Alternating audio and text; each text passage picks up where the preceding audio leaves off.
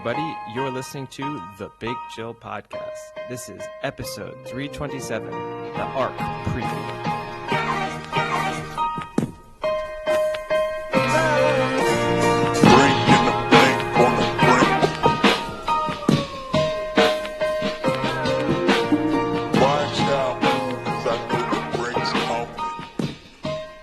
Hello, Big Chillians, and welcome back to the Big Chill Podcast. I'm Frank, joined as always with Sam and Eddie. So the greatest horse race to ever live has gotten closer.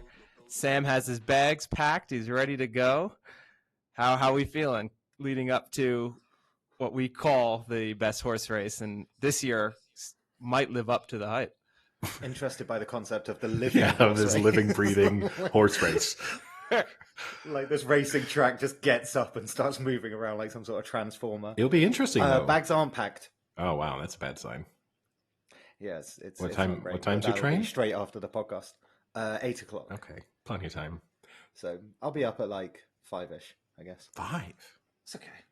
Wow. Yeah. Sam, are you one of those people who shows up like 6 hours early to the airport? No, I don't consider travel like an event or an occasion. I just consider it as like a necessary chore. I mean, you don't have to be. But do you have travel paralysis? Oh yeah. You have to get there early enough because you No. can't walk to the gate. No, Can't that's move not how my it legs. works. Travel paralysis would be like if I could get to Paris from like 6 stations. I'd be like, I don't know which one to go from. This is a clearly defined. You could have process. flown. I had travel paralysis once. You know, this is a big debate within my family. We once went on a transatlantic flight, and over the course of the trip, my legs stopped working. This was when I was maybe 5 years old. Just You crawling along the galleys Yeah. to the bathroom.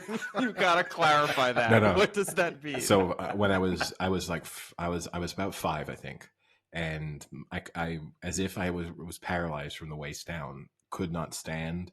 My parents would pick me up and hold me, and I would just collapse. And they took it, and You said you were 15? Is that what you said? Years old? yeah, 5 minutes ago. Or? yeah, and so my parents just had to carry me. And I was at an age where I was a little bit too old and too big to be comfortably carried. And so they had to carry me on this transatlantic flight that had, multiple legs of the journey.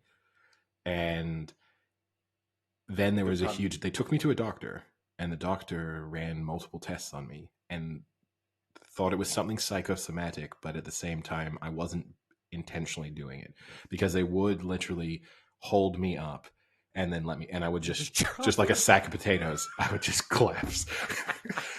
Oh my god! And the doctor was, I want to show his video of this, like handheld camera footage. and the doctor said, "There's no way you could do that. You couldn't make yourself do it. You're gonna, particularly as a child, your instinct to have some response in your legs would make you stop." At the same time, they ran multiple tests, and they said nothing's wrong with him or his legs. So at some point, this is going to start. Your legs are going to start working again, which I think it took 2 days, something like that, and then I was fine. And now this is how. Do you know what did it? No. Do you know what switched it? No. But what I like is, for the first maybe 15 to 20 years of my life, the story was told how I just told it. When I got to about 21, the story evolved from my parents' perspective to that time I pretended my legs didn't work on an international flight to really annoy them. That is now in their mind the story. Now, we just talked off air briefly about what would make a good skit. This, but as your current age and size, with your parents still having to carry you on the plane, That's impressive. would make for a phenomenal skit. You'd have to like fireman's carry him, just lug over the shoulder. Oh my, I could just see your dad being like, "All right, boost up, Eddie." He puts you onto his shoulder. That'd be impressive. I don't know if he could even manage it. I'll test it out next time I see him. But yeah, but speaking of, yes, the ARC is coming up. And the really remarkable thing is, this will be the first time any of us have seen each other in person since we started doing the podcast. So we've got something like 130 episodes recorded, and this will be the first time since we started doing it that we've actually been able to physically be in the same place. Not that we'll be recording a podcast while we're in the same place. So all of the podcasts will Are still... you just continuing to say this every week to just rub in the fact that I'm not going to be there? Is this just throwing salt in the wounds? No, it's kind of a milestone moment, right? Like, that's pretty impressive Sam. to be doing. But yeah, I think that's pretty impressive. Last time I was in Paris, England lost the opener of the previous Six Nations. And then the pandemic hit. A long time. So and then millions of people died. So what catastrophic event will follow this trip?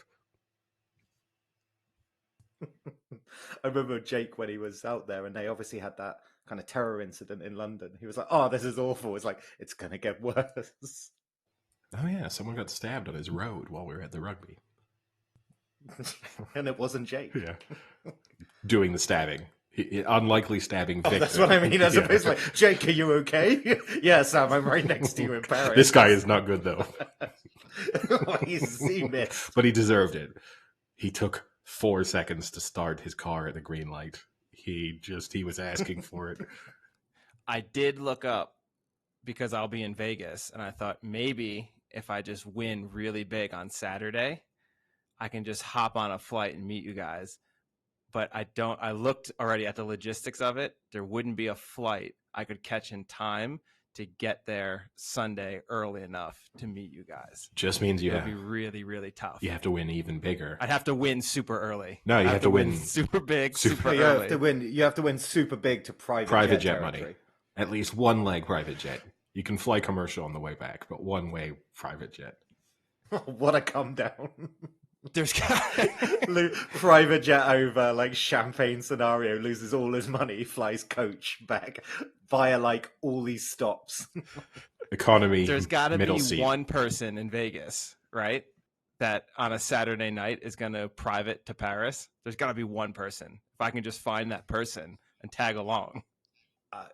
I would say there's not. I would say you don't think there's one single person in Vegas that's like, let's go to Paris. No. And then you end up in, where's the Paris in the US? Yeah, Paris, Texas. I mean, there's a multiple, lot of them. but Paris, Texas is the famous You just one. go on a short, you end up going on a short haul flight to Texas. Yeah. No, it'll be interesting, but yeah, I guess we can talk. It's a weekend of good racing. It's not just all about the ARC. It's 2 days of pretty decent racing. The Sunday has several notable races. Now, coming into it, and I guess this is one of those few times I get to provide an element of inside information. I know everyone will be getting the weather forecasts. Everyone will be trying to figure out exactly what the ground conditions are going to be like. There's reports coming from everywhere. The weather forecast this week has been for constant rain in Paris. Every day, if you look at the weather forecast, it says it's raining. Even if you look today, it says it's rained. It's rained very little over the past few days. There have been periods of fairly heavy downpours, but they've been pretty short. So I think the ground's currently listed as good. Now, it probably will rain more between now and Sunday, so that could obviously change. You also have, in particular, if it rains heavily tomorrow and Saturday, then you have the racing on Saturday churning up the ground. Conditions can worsen pretty quickly. But I put it, it's not going to be like last year when it was a complete mud bath. That's not going to happen. Are you saying that because you're on the side an expert meteorologist, or because someone's already told you the weather forecast for Sunday? I'm saying that because it's now midnight Friday morning and it's not currently raining. So unless we're about to have an arc-like situation, I mean, Noah's Ark, I meant that. Do you mean Sunday's a downpour? Do you mean, so I was wondering, do you mean arc as in the horse race is going to happen, or the biblical arc? The biblical arc in this sense, leading up to the living, breathing Prix de l'Arc de Triomphe, the horse race. And that, I think it's unlikely that we're going to have incredibly soft ground or heavy ground on Sunday. Who knows? I'm not a meteorologist. I'm not studying all of the weather patterns and forecasts, but it's currently not raining. It doesn't seem as if it's going to rain this evening. So, and then we're talking about the 48-hour window up until the race itself. And I doubt it's going to pour so much that the ground is just going to turn into a swamp. Now, before we get then on to our detailed picks, I guess talking about the weather, because obviously the final declarations were made, the draw was made, so we know, and the Arc has Longchamp has a slight draw bias, not a huge one. However, that draw bias, so normally single figure draws are considered to be better for the Arc. So then if you look at who the sort of main players in this going into this race, that rules out potentially Adayar and Chronogenesis, with Adayar being drawn 11 and Chronogenesis being drawn 14 out of 15.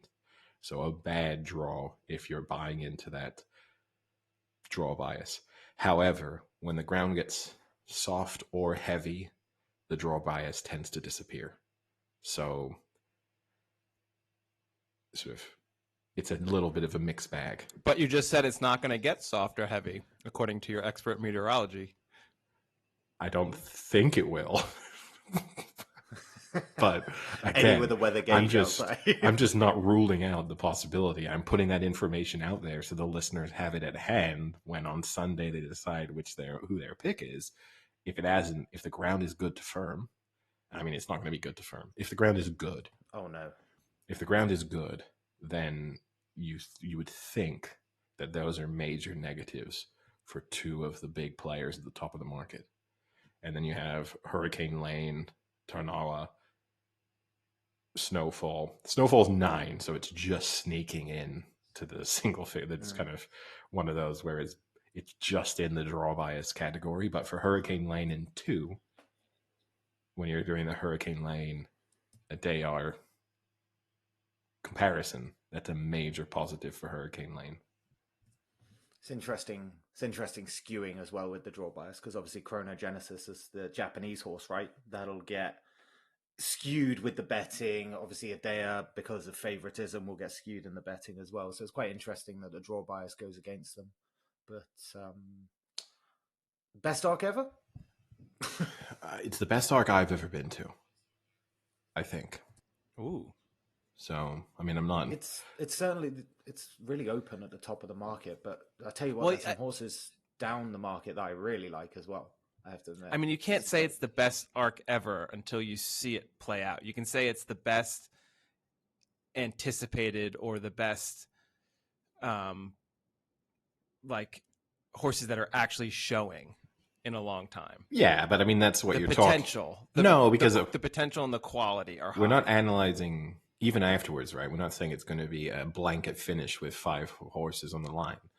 But coming into it, when you have multiple Group 1 winners across the board, and there's horses that are being dismissed, like, say, Alenker, who earlier in the season was, highly thought of, and now just is not even, or even you want to throw in Love in that respect, who... at one point in time was favorite to win the arc, and now is, well down in the betting. So, I think, and you've almost done a clean sweep of Group 1s in Europe and Japan over this distance, roughly this distance, in the past 12 months. I think that's the impressive thing about it. Yeah, I just hope we don't get like the Serpentine Derby race, then that would deter from it being one of the best arcs ever. Well, I mean, then it would still depend on what that horse then goes on to do. So, well, I'm following the suit of it being like the Serpentine horse kind of. No, but it's tough, right? Because Snowfall kind of did the Serpentine to a degree, and then Snowfall justified what it did, and then obviously major question marks raised about Snowfall based on its last run at Longchamp. But yeah, I mean, with that, maybe we get on to our selections and our reasonings behind them. Let's do it. Who's up? You want to go for it first, Frank? Yeah. I'll let Sam go first. I think Sam might have the same selection as me. Really? Okay, well, I guess I I'll go defer. first. You defer. Well, so it's a little bit of a tough one for me because I've been on Adea quite a lot throughout the kind of flat season, and honestly done absolutely nothing wrong. I think the draw is annoying, but I think it justifies the favoritism. But relatively speaking, it's 5-2, Ton Hour is at 3-1, Hurricane Lane 4-1, Snowfall 5-1. So it's hardly like true favoritism. They could easily move. You could easily have each of them as favorite on the race going off. But I just think Adea can do it. It can do it on soft ground. It's won some pretty solid races. First Derby horse since Galileo to then go on and do the King George as well. It's exciting. Everyone's talking about it being exciting. But if I'm completely honest, the one that gets me, Eddie's mentioned, is Alenka. Like, I do not understand why this horse is 28-1 because it's run against basically everyone in this race. It's run at Longchamp, where it kind of lost out, I think, third, very soft to Hurricane Lane. Before that, it won at Ascot. Before then, it beat Adea in April at Sandown. The last time out, it ran at York at the Ebor, where it just lost out to, well, it didn't just lose out. Meshriff had a great race, but still had a really good race. It's got Tom Marquand. They both have talked really highly about it. They think it's a complete dark horse, and I don't understand why it's 28-1. It's drawn 8, so the bias there is kind of beneficial. I'll tell you I one. do not understand why it's 28-1. I'll tell you one reason why, Sam. It is very rare to find an ARC winner that is not a previous Group 1 winner. And Alan Kerr is not a previous Group 1 winner. And history would tell you. I always find some of these trends or sort of historical data points going into races as to be a little bit tough. For example, Hurricane Lane would become the first horse to win the St. Ledger and the ARC in the same season.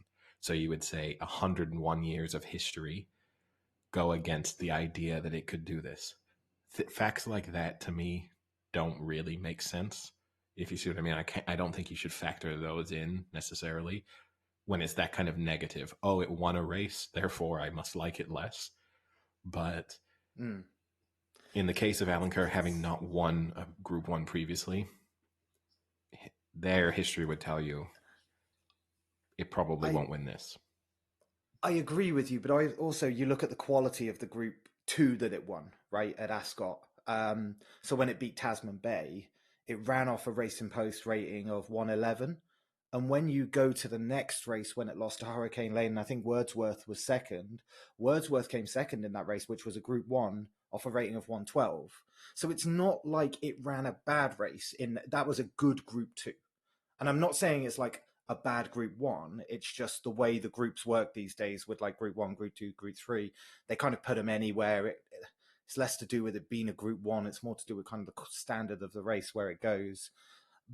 I don't know. I just think, even though it hasn't won a Group 1, and it's a fair point, it's a fair record that you pick up, it won a good Group 2. And it has run against the people in this race and run close and run well. And like Horses in this race, Sam. It's not racing against other people. Well, it's running against other jockeys, isn't it, technically? But okay, I got it wrong. Well, I think the jockey on board is competing against other jockeys. I don't think it is it. I don't think just Alan Kerr. I don't think he is running against other people. I mean, unless I'll tell you this: Alan Kerr might be properly. If you've got inside information, Sam, and Alan Kerr is just going to be racing against humans, then I'm all in on Alan Kerr. It doesn't care about the horses. Like there's no kind of like going up against them side. No. I'm not talking about the mindset of the horse, Sam. I'm talking about the concept that Alan Kerr is physically racing a human over a mile 4. In which case, on grass. In which case, I'm all in on the horse. Well, pile in on that 28-1. Yeah, I don't. I tell you what, like that stat is fine, and I understand it being like 12-1, 14-1, but 28, I don't get. I think that is incredible value. I think Adea justifies favoritism. It is my pick, but Alenka is an incredible each way back, and I will be doing that. So they're my 2 picks. I think you've got amazing value in Alenka, but I think Adea will win. Yeah, I mean, Sam actually Hold You on. didn't have the same picks as me. Well, good news. Makes it more likely that one of you wins. But I guess it's worth just giving an over. We always give this kind of overview of the market, and then by Sunday, the market will have probably changed, particularly depending on what happens with the weather. But you have a Dayar at 5-2, Tanarwa at 3-1, Hurricane Lane 4-1, Snowfall 5-1, Chronogenesis 9-1, and then it's a massive leap to Love at 20-1, and then you get into, I mean, you've got Bubble Gift at 100-1 as the outsider in the market, and Baby Rider actually, which again, this one I think you can mostly stick to when it comes to the ARC. There are very rarely double-digit priced winners. So history in the ARC would tell you this is a 5-horse race from a betting perspective. You might be able to pick each way value out at one of those biggest ones, like if you want to make the argument for Love, who ticks a lot of boxes in many ways, apart from recent runs. But if you're going just for the outright win, you're probably wanting to stick to one of those first 5. What do we think Bubble Gift means? What kind of name is that? Is someone gifting people bubbles? Well, if you want to go literally like that, then what's Baby Rider? I think it's a play on Baby Driver. Kevin, which is Kevin Spacey. Big problem. Huge fan of Baby Driver. Yeah. Well, Frank, what's your selection then? It's not Alan Kerr. We know that much. It is not. I am going with Hurricane Lane. I said this when we spoke, was it now, like a month or two ago, when we had Maddie Plyle on? Plyle, yeah. And we kind of had our picks. Yeah, that was six weeks ago, something like that. Yeah. I said Hurricane Lane then. I'm going to stick with it. I don't see any reason that I would be off of that horse. It's only his only loss is to Adayar in the Derby, and that was when it lost 2 shoes or 3 shoes or something like that. It's the only loss, and other than that, it's looked rock solid. It has course and distance, and likely the condition when it raced at Longchamp a few months ago in very soft. So it was a dominant win there. I think won by like 6-7 lengths. So I just don't see any reason to be off of it. So I'm going to stick with Hurricane Lane. It's been the horse I've been going with since probably June. So the outsider I have, like Sam had for an each way, I think would be Mojo Star. And it does fall into that same category that it's never won a Group 1. And in fact, its only win ever is a maiden. However, it was second to Hurricane Lane. It's been second to Dayar.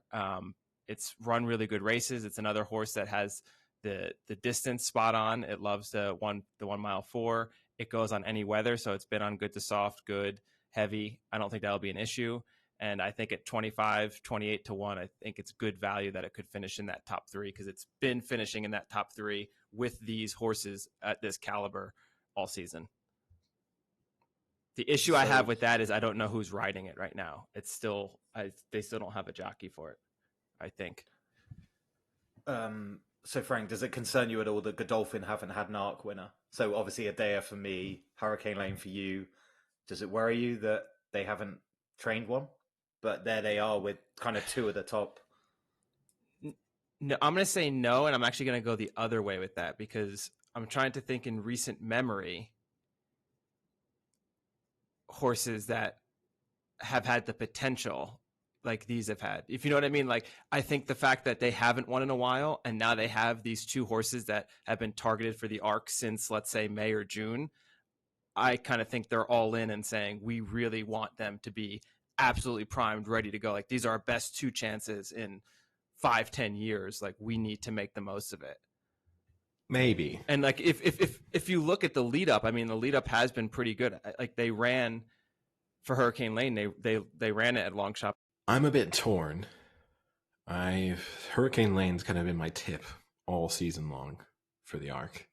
We've mentioned the ARC over the course of well, basically since June, the race has come up at different moments in time. And I've always been in the Hurricane Lane camp.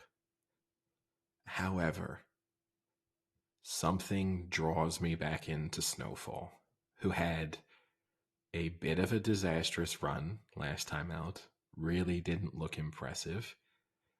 Now, if you're going to go with meaningless trends, something just feels to me that an O'Brien horse that has a nightmare run and looks like a donkey the time before a massive Group 1 race, then we're going to watch Snowfall win by 5 lengths in the Arc, and you'll just never be able to explain what happened to it in its previous run at Longchamp. I think there's a lot of O'Brien horses that fit that trend. There's also a lot of our O'Brien horses that at one moment in their career have simply fallen off a cliff and are never to be seen again. And there's every possibility that Snowfall finishes a distant last in this race, and we literally never see it run again. So, however, it ticks a number of boxes. Previous Group 1 winner, obviously handles almost all types of ground based on how she's run over the course of this season. Certainly soft ground won't be a concern based on the win in the Oaks. Previous experience at Longchamp. Also, fillies have done extremely well in the Arc in recent years. Another one of those trends that I struggle with a bit, particularly because 4 of those Arc wins for fillies are down to 2 absolute superstars in Trev and Enable. So it's a little bit one of those things where you can start to notice sort of 15-year trends, but a solid chunk of it was taken up by two generational horses. So part of me, as awful as this is, I mean, my picks will be Snowfall and Hurricane Lane, and priced at 4-1 and 5-1. There's actually enough value in there to have both as selections as outright winners, and to walk away happy so long as one of them wins.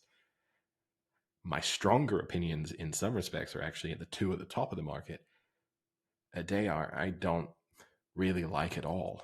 It's one of those horses I've constantly had doubts with, even though there are very few holes to pick in its performances over the course of this season. But it's just one of those horses where I've never quite fallen in love. And should be noted too, it did miss its prep run that it was supposed to have in Longchamp. And supposedly, yes, Appleby said it's back to 100% in prime condition, ready to go. But it's always slightly a worry when a horse has a setback and has to be pulled out of a race, that it was that significant of a setback. So something to keep in mind too. Yeah.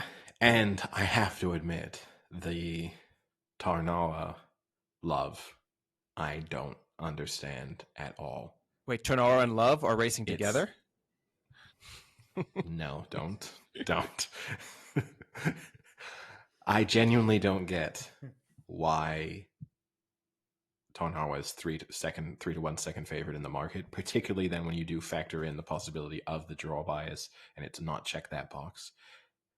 When you then also say 5-year-old horses have not fared well in the Arc, again, it can be, there's been some 3-year-old superstars that have gone to the Arc, and that can change the way you look at things. But a 5-year-old in the Arc, I just don't get it, to be honest. At that sort of price, I have absolutely zero interest. Now, I know that there's a lot of racing industry insiders and tipsters where Tarnawa has been the selection for a long, long time. And obviously it was quite a bit bigger in the market if you went back to June. But don't get it. And do you go ahead, sorry. Do you think because obviously it ran that awkward race against St. Mark's Basilica in the Champion Stakes, right? And a lot of people, they knew that Dermot Weld said that the Champion Stake was a prelude to the Arc, and therefore going up against St. Mark's Basilica, which was a completely incredible horse, lost by 3/4 of a length, but obviously had the awkwardness of the ride. Do you think that gives them like almost more hope, the fact that he had what is essentially a training run could have, if the race was a true race, beaten St. Mark's Basilica, then gone to the Arc. Like, do you think that's kind of some of the playing here? Perhaps. It's a difficult one. You start getting into these. Perhaps. And look, I mean, there's the benefit, I guess. It's got Christophe Soumillon on board. I don't love the idea that there's a sort of, not a late jockey change by any stretch of the imagination, but a jockey change. I feel as if there's a little bit of bad juju coming out of the fact that you don't give the opportunity for a lesser known jockey, but still a very good jockey, to ride the biggest race of his life. I don't like that. Or at least be poorly ridden. Like, I know that means like win and be poorly ridden. That doesn't matter, but like at least have a poor ride. I think. It would be tough. It would be tough to win the Arc with a bad ride. That would be, and almost that would be more annoying if you thought nothing could have stopped this horse from winning. That's true. He's that good. Yeah, the horse is that good that I can't actually stop it, but somehow. And what your fear would be, Soumillon is often a little bit in the Ryan Moore camp in terms of tactics, in that he likes his horses to come into a race late on. They sort of appear out of the pack from the back and surge forward. So Soumillon does get very dramatic, stylish wins on a number of horses. And also, now, I mean, the only, right, Longchamp has that unique full straight. I don't think you win the Arc in the full straight, but horses definitely lose the Arc in that full straight. So having a jockey with a lot of experience handling that and knowing the right position to be in and how the race is developing, there's an advantage. But still, I think it's disappointing for him. And part of me, obviously we're all kind of neutrals, right? Means that I might rather a different horse win. Well, you kind of mentioned it there with jockeys, and obviously, interestingly enough, you mentioned Snowfall and Ryan Moore's back on, but one horse we kind of didn't, well, we briefly touched on is Love, and that's got Dettori on. So obviously, Dettori gave the bad ride, however you want to call it, to Snowfall, but Love is such a weird one, right? When you look at its weights, right? It's a pound better off when it compared to when it ran at the Juddmonte. But what I find interesting is it's still conceding weight to like Adea. Like the horse is considered that good in a moment that it still needs to give weight to like the primes in the market. And interestingly enough, when it last ran out and lost to Le Petit Coco, it was £9 conceding as well. So I think it's really interesting when you've got someone like Dettori who's won like 3 of the last 6 arcs, right? And again, like you say, it's a bit misleading because of the horse he's been on. But again, 20-1, 22-1, gets a bit unfairly done in the weights, but is a little bit better off this time. We know what the horse can do. It's been kind of going around a mile 2, mile 4 might suit. Again, like, do you see that as too big a price for a really good I think horse? It's the most interesting each way bet. At the same time, Love might be a complete donkey now. The horse, if it does remind me slightly of Found, and obviously Found had the catastrophic arc. Well, Found had we found love in a hopeless place. There you go.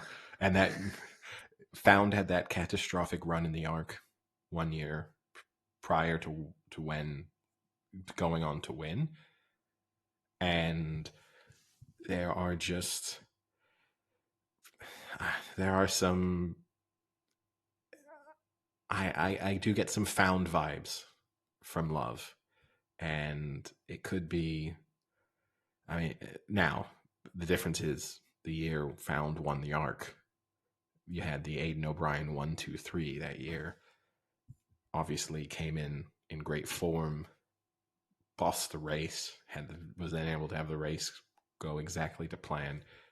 Unlikely to be the case this time around, and the tactics in the race will be quite interesting, right? Snowfall has won races in quite dominant fashions, hitting the front early on. You don't see a lot of Arc winners winning in that style. We're obviously going into a horse race that we don't think, based on our predictions, will have any major surprises. I think we've all basically indicated that we think something towards the top of the market So we picked will be a everything winner. but Tornawa at the top 5. And Chronogenesis. Oh, okay, Yeah. yeah. Sorry. Yeah. And Chronogenesis, it's always interesting to see the Japanese horses turn up. Traditionally, when you attend the Arc, there's a real atmosphere surrounding the Japanese horses because of the number of Japanese people who attend, who fly over whenever they have a live chance going into the Arc. Obviously, that's less likely to happen this time around. There's a decent-sized Japanese population in France. I'm sure that some tourists will travel in from elsewhere, but international travel is still a challenge. So what always makes that an interesting factor is if you are if you're just in France, if you're betting on the PMU, but certainly if you're on site, the odds on those Japanese horses can drop significantly. Happens with the Irish horses too when you have the massive Irish contingent coming over. It also happens a lot with O'Brien horses here in general because French people are very familiar with O'Brien. And so that will be interesting to see in the French market. Actually, you could see Tarnawa at a much bigger price on the PMU. You could also even see the 2 Godolphin horses at much bigger prices on the PMU just because they aren't quite as appealing in terms of the name recognition as, not that French people are not familiar with Godolphin, who obviously run a ton of horses in France in general, but just the idea of associating them with Arc wins could be interesting. But Chronogenesis comes as a 4-time Group 1 winner. Obviously, Japan has never had a winner in the Arc. A number of horses have been fairly short prices, including once when one was backed off the board. But the bad draw, if the draw is the factor depending on the ground conditions, and also a 5-year-old. So another horse that has 2 big negatives coming into this. And it has, you can read a little bit into the form, unlike some of the other Japanese horses that come over and really have no form to go off of, because it was second to Misdrift in Dubai, in the Dubai Classic last year. And then Misdrift obviously was second to Adayar at Ascot. So but the Misdrift form tough to read. Misdrift is a tough horse to get a good form reading on. Yeah. Because you could argue it plenty of times it's the best horse in the world. And last time out genuinely, and you would so say may go into this arc. You could look at that Misdrift form and make it a massive positive for Chronogenesis, or you could look into that Misdrift form and say it's a slight negative. But yeah, I don't know. I think Misdrift form, I can't even try and process it. My brain's not going to be able to wrap around it.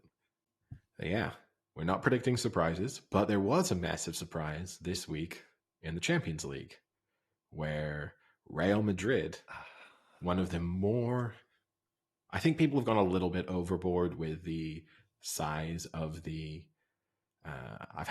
we've had a number of people, including former podcast guests, who have labeled this as sort of the biggest upset in modern football. Seems a slight exaggeration. I'm happy to say in Champions League history, whether you agree with it or not, it's very close to being up there. I can't recall that many matches where I would think, wow, that's a crazy result. This one is high up there, though, with kind of Champions League upsets. It must be one of the biggest odds turnarounds, though, because they were like 9-1, right? You mean 9-1 on? I thought they were higher. Yeah, as in Real Madrid were. You could get them. Or was it Real Madrid were 1-9? Or Sam's referring to the other way. Yeah, 1-9. Yeah, on 9-1 on, or 1-9.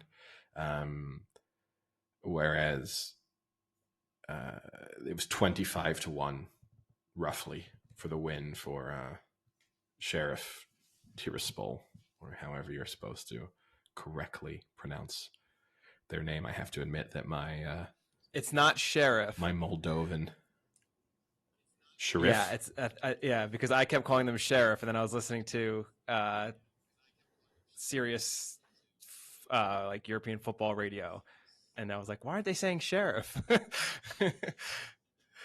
I mean, I wasn't. Yeah, it's not No, I surprising know, but that the Moldovan I wish it were just is Sheriff. different, but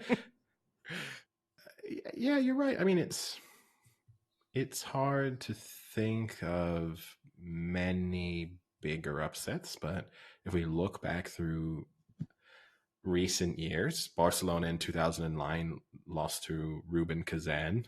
Yeah, that's a team that Sam has a slight soft spot for. Oh, oh, Eddie, we knew that the writing was on the wall with That that was result. back when Rubin Kazan were spending a decent amount of money. Celtic beat Barcelona 2-1 in 2012, which was when Barcelona were well and truly in their pomp.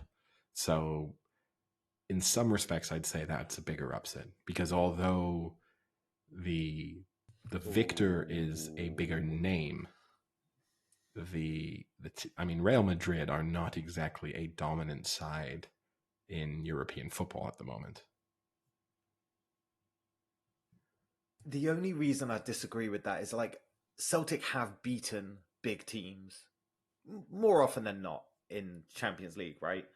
You know, they've beaten AC Milan, they've beaten Barcelona, I think they beat Man U as well at one point.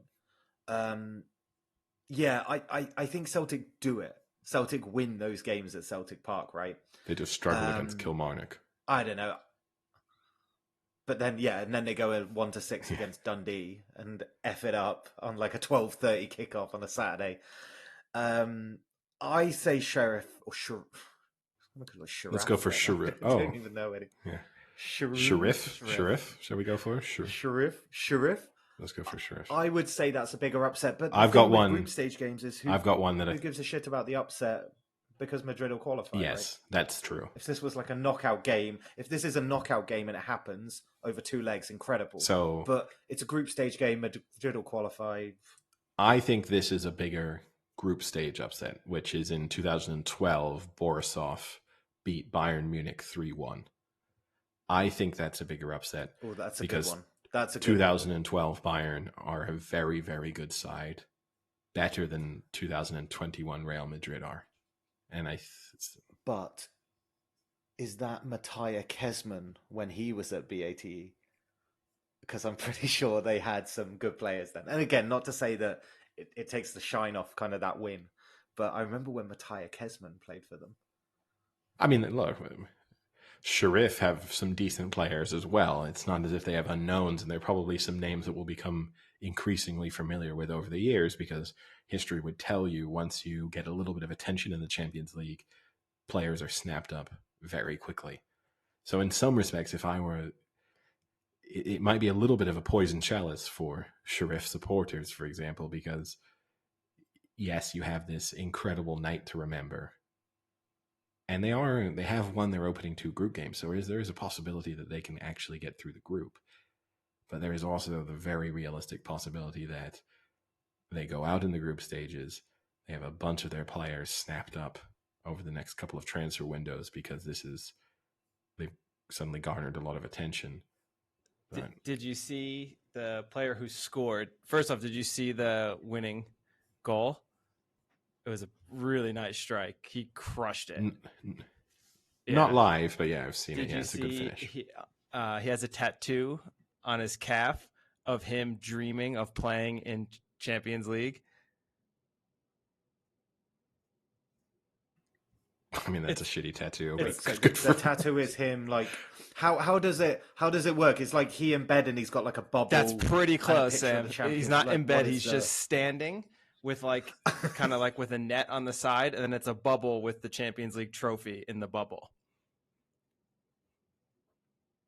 Okay, that's not. It's not. Not only is it not conceptually that great, the look of it isn't that great of a tattoo. It doesn't look like a cool tattoo on his calf. But I would have to be amazingly well done to look good. You've given your tattoo artist a real challenge with that one. Maybe he just went to the tattoo artist and was like, "Can you would you not get like a little wanting to play in Champions League?" And then the tattoo artist had to like come up with something. Yeah. Like, it's like I don't know what the hell do I do? Yeah. I mean, yeah, surprising result. I think there were a number of.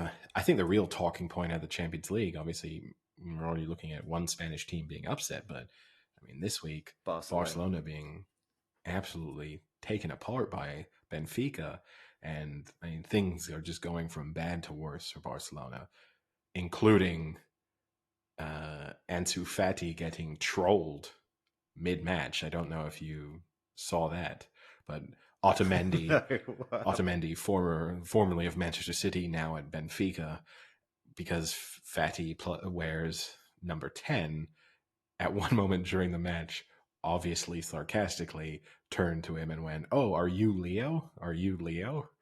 And when you then get thumped, it's not a great look. It's a hard one to come back from. It's this must be like, you have no kind of place in your heart for Barcelona, right? This is pretty depressing. This is a horrible fall from grace. I mean, No, it's great. Just the power struggle at the top. No, this is wonderful. No one wants Koeman to be there, but he's stuck on this like amazing. Like, to be fair, as far as contractual negotiations go, he's nailed it with this like 12 million. If I don't do 3 seasons, you pay me 12 million. Like, he's nailed that. But this is a fool. This is a fool. No, it's amazing. Epic proportions. It's amazing. But here's the thing is, I don't think it is a fall of epic proportions, because what we have to factor in is Barcelona, even during our own lifetimes, have not always been amazing. And so, yes, they had, when Spain had this golden generation of players combined with Messi, you had this sort of, perfect scenario for Barcelona to become a dominant force in European football. But you don't have to go that far back to find a period in time when Barcelona were not dominant in Spain and certainly not dominant in Europe. And I think that's why when I speak to some other people and start to say we might never see Barcelona be a dominant force again, and people say, no, that's not possible. And there's plenty of European clubs who have had moments of maybe not as long as Barcelona have, and not with quite as significant of a name as Barcelona have, both because they have the good fortune to be from a major European city and also just a rich history when it comes to Spanish and European football. But if I had to bet on, for example, will Barcelona win the Spanish title, and then if I set the over-under on Barcelona La Liga wins in the next 10 years, and if I set the over-under at 1.5, I'm going under. So you think it's staying in Madrid for 9 of them, essentially? Or we get to that period, which we've also seen in Spanish football, where another team can emerge. So, like a one-season wonder, like a Deportivo. We've seen Deportivo, Valencia, Villarreal. We've seen a number of teams in Spain even have a couple of seasons. I mean, Valencia had a period, Sevilla. We've seen other teams kind of start to be in there. I mean, Atletico Madrid, to a certain extent, have kind of done that. They've gone from a moment of relative obscurity to suddenly now always being there or thereabouts. But who's better at the moment, Arsenal or Barcelona? Oh, come on. One of them's playing in the Champions League. Right now, Sam. Wait. Sam, Eddie, Barcelona one's last playing in the year, Champions League, and one's Sam. not even playing in the Europa League. No, I mean, Sam, one's not even in Europe. Your wet dream at the moment is Arsenal getting spanked in the Champions League. That is just because we're there. Yes, that is. Is that the point? Okay. You would bite the hand off that offered that deal. And even if it was losing 4-0 to Sheriff, you would say, "Oh, yes, please." And can we do it on the return leg as well? Yes, and yes. Give me the money. Give me the money. I mean, very different Barcelona team that got them qualified compared to the one here is my point. But like, Arsenal Barcelona play right now. Barcelona Who are you backing? Oh, it's Barcelona. Why are we entertaining this? This is what I just love this. Thinking of like a kind of falling from giants. I just love this. You win a couple of matches against two scrappy 1-0 wins Hey, against Burnley, Norwich, and then and the mighty and Tottenham. then a good win against a mediocre Spurs side, and all of a sudden, would we be favorites against Barcelona? I'm hearing title talk. It's a good thing that Super League isn't happening. Cause, I mean, I know we'll City be are killing quite them. good, but they don't have a goal scorer as good as Aubameyang. And Eddie called Americans obnoxious last podcast. Scum. We've Sorry. seen Was all my the articles exact that kind of back word. that up. Yeah, no, don't dumb it down. Don't bring it down. The other Champions League thing was obviously Did you- Ronaldo coming up clutch again. But I had a question for I got both a of point you. about that. Was Lingard offside on that play? I've not seen anything to indicate that he was, but I've not seen it. I didn't watch the match live, and I've only seen the sort of highlight of the goal. So Jesse Lingard's the Who one in falls the middle, over. I assume, who the Yeah. initial ball is. So the he initial falls ball is over and played he's to literally by. right in front of the keeper. And the ball is back behind him when Ronaldo hits it. So the argument was he's lying there, which is allowed because he's not making a play on the ball. But the argument against it is that he's affecting the keeper because literally the goalkeeper has to move around him to try and make a play. Yeah, I mean, but yeah, I'd have to take a closer look at that to see how much impact. I mean, from every angle that I saw, it seems as if Ronaldo had a fairly open goal to aim at from where he was then as the ball fell to him. So it would be a harsh ruling to determine that Lingard's position has interfered with the goalkeeper and in any way affected the outcome of what has happened. But I mean, football rules don't usually have a sort of outcome based clause. So, Isn't it? It's kind of deliberate as well, isn't it? You've got to deliberately be affecting the play. If you fall over, it's kind of indirect. I don't. I'm not sure if that's the right. That might be an interpretation as opposed to the actual. It is. Like, It is a written law part of the rule, football but that I will have to look into, and then. Why don't you next watch the episode. play and we're report gonna back have a to great us? weekend. I mean, you do realize, Sam, Frank for several weeks last year complained that we spoke too much about the offside law, and now he has openly invited in-depth analysis of an aspect of the offside law we never That's touched why this upon. one's interesting. Buckle up, Listeners. I'm not biting. Listeners, prepare yourself. 30 minutes next week on this element of the offside law. Eddie. Yeah, Eddie and I this weekend will have we'll record a 5-part series on the offside rule and the ramifications of. We might even do Lingard some videos falling together. over. We'll put ourselves in different situations. Go to the park in the middle of Longchamp before the racing. We'll do some offside drills, that kind of thing. Yeah. Maybe a good chance to remind We'll our do that. listeners to follow us on social media. We will be active during the arc on both Instagram and Twitter, and you can search for the Big Chill Podcast on either platform and you'll find us. And maybe, if Sam and I are feeling in a particularly good mood, maybe we'll put a little video quiz up. Is one of us offside? And we'll do little scenarios and see. I guess. I'm gonna be honest. I love those kind of things. When it's like you're the umpire and it's like, is this LBW? Is it out? I think that's great. Like, as a referee, would you give this decision? But do you like They're it? fantastic to do. Do you think you'd enjoy it quite as much if it was being filmed on an iPhone at 4 a.m. outside a bar? Drunk. I'm not sure. I'm not sure if you'd quite get that same. Is he offside? No, he's passed So this out. pint So glass he's not is the ball. interfering. I think he's dead. Yeah, exactly. If I, oh, good header, Sam. Oh, he's affecting the play. He's bleeding everywhere. I do have a question though about. So, did you see Bonucci's comments about Ronaldo? By the way, I didn't see the full context for them, so I saw the headlines that Bonucci was warning United players that Ronaldo had had a sort of negative impact on Juventus.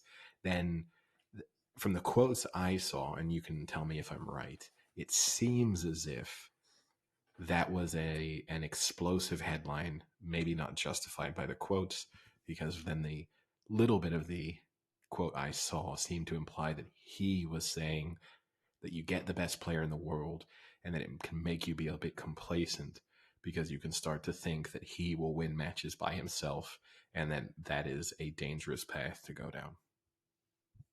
That's exactly it. Like the idea that when you know you've got a match winner almost in every scenario, do you then, probably subconsciously, right? You don't go out and think I don't need to play well, but knowing that someone like Ronaldo can win a match for you, does it somehow diminish your kind of like ability? And then I was trying to think of like other sports where that might be the case, right? You know, let's say, I don't know, like just flagging out big names like Brady and stuff like that. Like, does it affect knowing that Ronaldo can win games? Does it then affect your ability to be a match winner yourself? I mean, the example they're using was that, you know, Ronaldo's rested, they then can't do it against West Ham, which is the Carabao Cup. So it's a little bit of a weird one to bring up as an example because there was other players rested. But it's an interesting point, I think. Kind of. You know, like, it's difficult to apply it to other sports because, yeah, in American football, the impact a single player can have, quarterback aside, is a little bit tougher. I guess you could argue, and we'll bring Henry this up. maybe at the No, I Titans think the or greater something, example would be probably the say. confidence as a team or as an offense or a defense that you might get. And the Chiefs might be the perfect example of this, is they are comfortable putting themselves in trouble because they feel like they can always dig themselves out. And maybe that's dangerous. And perhaps if they had a little less confidence, they'd actually be putting in slightly better performances because they wouldn't feel as if, yeah, we can be behind by 10, 14, 21, and it's okay. So long as we've got 3 possessions potentially left, then we're fine. And it does feel a little bit with the We're Chiefs. really behind here. Yeah. In their heads, they got to go to, We should- guys, we're losing by 21. Are we really, though? Because we're going to get the ball 3 more times. So as far as we're concerned, this is a tied ball game. There's 2 minutes left with no timeouts. Yeah. Are you sure? You seem really, no, we're fine. You don't worry about it. You should see our special But I teams thought- with onside kicks. How quickly they reset and do it again. I thought it was an interesting point. I'm not sure I agree with it because, you know, everyone's paid to do exactly what they're doing, and I don't think they drop it because Ronaldo's on the pitch. But it's still an interesting point, I found. But I guess speaking of NFL, Yeah, it's a natural, it's worth probably a natural transition. We'll move on to the picks of the week. Everyone always wants a podcast that makes selections. Frank loves it, makes a selection for absolutely every single NFL game that there is scheduled over the course of the season, and we duly deliver. And on that note, might be worth giving a little update on our current standings. 3 weeks in. good week. I will say, last week, having put myself a little bit in front with a very strong week 2. Week 3 wasn't so good for me. So in week 3, I was 9-7 money line and 7-9 against the spread. I had to be better than that. Yeah. You were both better than that. So you were both 12-4 money line. Sam, you were 10-6 against the spread. And Frank, for the second week in a row, Frank, you were 11-5 against the spread. Crushing it. Although I have a slight concern, and maybe or not, you have to go Scout's honor on this one. I can't remember, nor did I put in the effort to go back and listen to the episode. When we were writing down our selections, I put you as threading the needle on the Niners game. Is that correct? Yes, I think I did. So you took the Packers plus 3.5 points, but the Niners to win. Yeah, because I think I might have said that Rodgers kept it close. Hold on, I can look if I think I should still have it. No, you just leave this now, and then when I'm editing, listeners, if Frank is currently not telling the truth, there's just going to be a big little audio input where it just goes liar, and then clip of Frank's. Here's our liar of the week. Liar, picks on fire. But so that takes our season standings. I am now 30-18 money line. I am 23-25 against the spread. I'm a little bit disappointed to have dropped under 500. Sam, you are 29-19 money line. You are 26-22 against the spread. Frank, you are also 29-19 money line, and you are 27-21 against the spread. Not bad. Over 500 against the spread. It means that both of you are profitable. If you were doing equal stake on all of your spread picks, you would have made money. The really sad part is I had a good week in the spread, and I do that 8 for 8 against the spread. If you get all 8 right, you win. So theoretically, I could have guessed 8 correctly because I had, how many you said? 11 correct. I failed to put in my picks last week. So I got 0 correct. That sucks. Well, I mean, if you don't buy a lottery ticket, you're not going to win the lottery, Frank. That's the one piece of advice we can. Why? Nostradamus has entered the Nostradamus? I'm not predicting anything. Yeah. Well, I guess you're predicting. You could have called me like Yoda or something, but Nostradamus. I wasn't saying, Frank, the Moneyball number will be 13 next week. Anyway, Sam, will you take us on to our picks? Actually, before we start, I had a little intro into the football. I just finished on Netflix a show called All American. Have you seen the previews for that show on Netflix?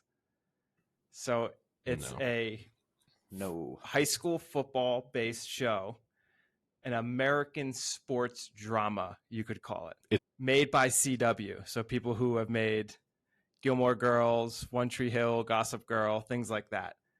This is the premise. When a rising high school All-American football player from South LA is recruited to play for Beverly Hills High, the wins, losses, and struggles of two families from vastly different worlds, Crenshaw and Beverly Hills, begin to collide, inspired by the life of pro football player Spencer Paysinger.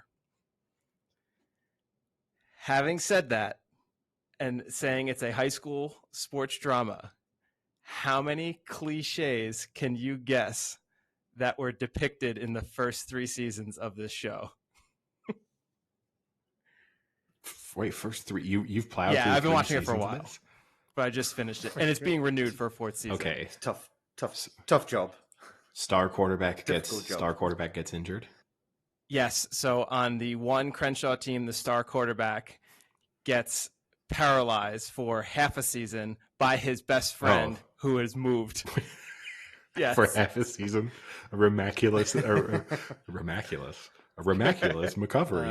Yep, you've got that one. What about quarterback? Quarterback has one massage too far.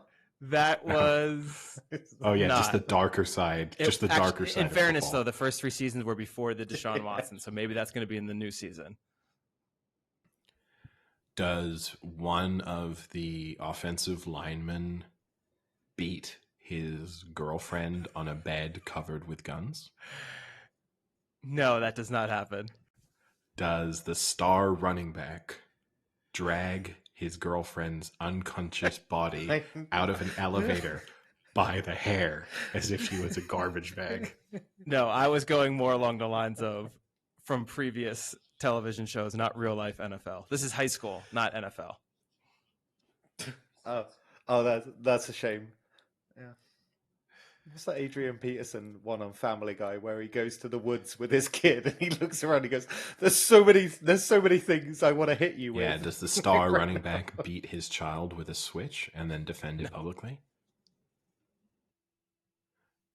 Does the star tight end have a number of secret homosexual relationships with teammates before then going on a murder spree and having it blamed on concussions?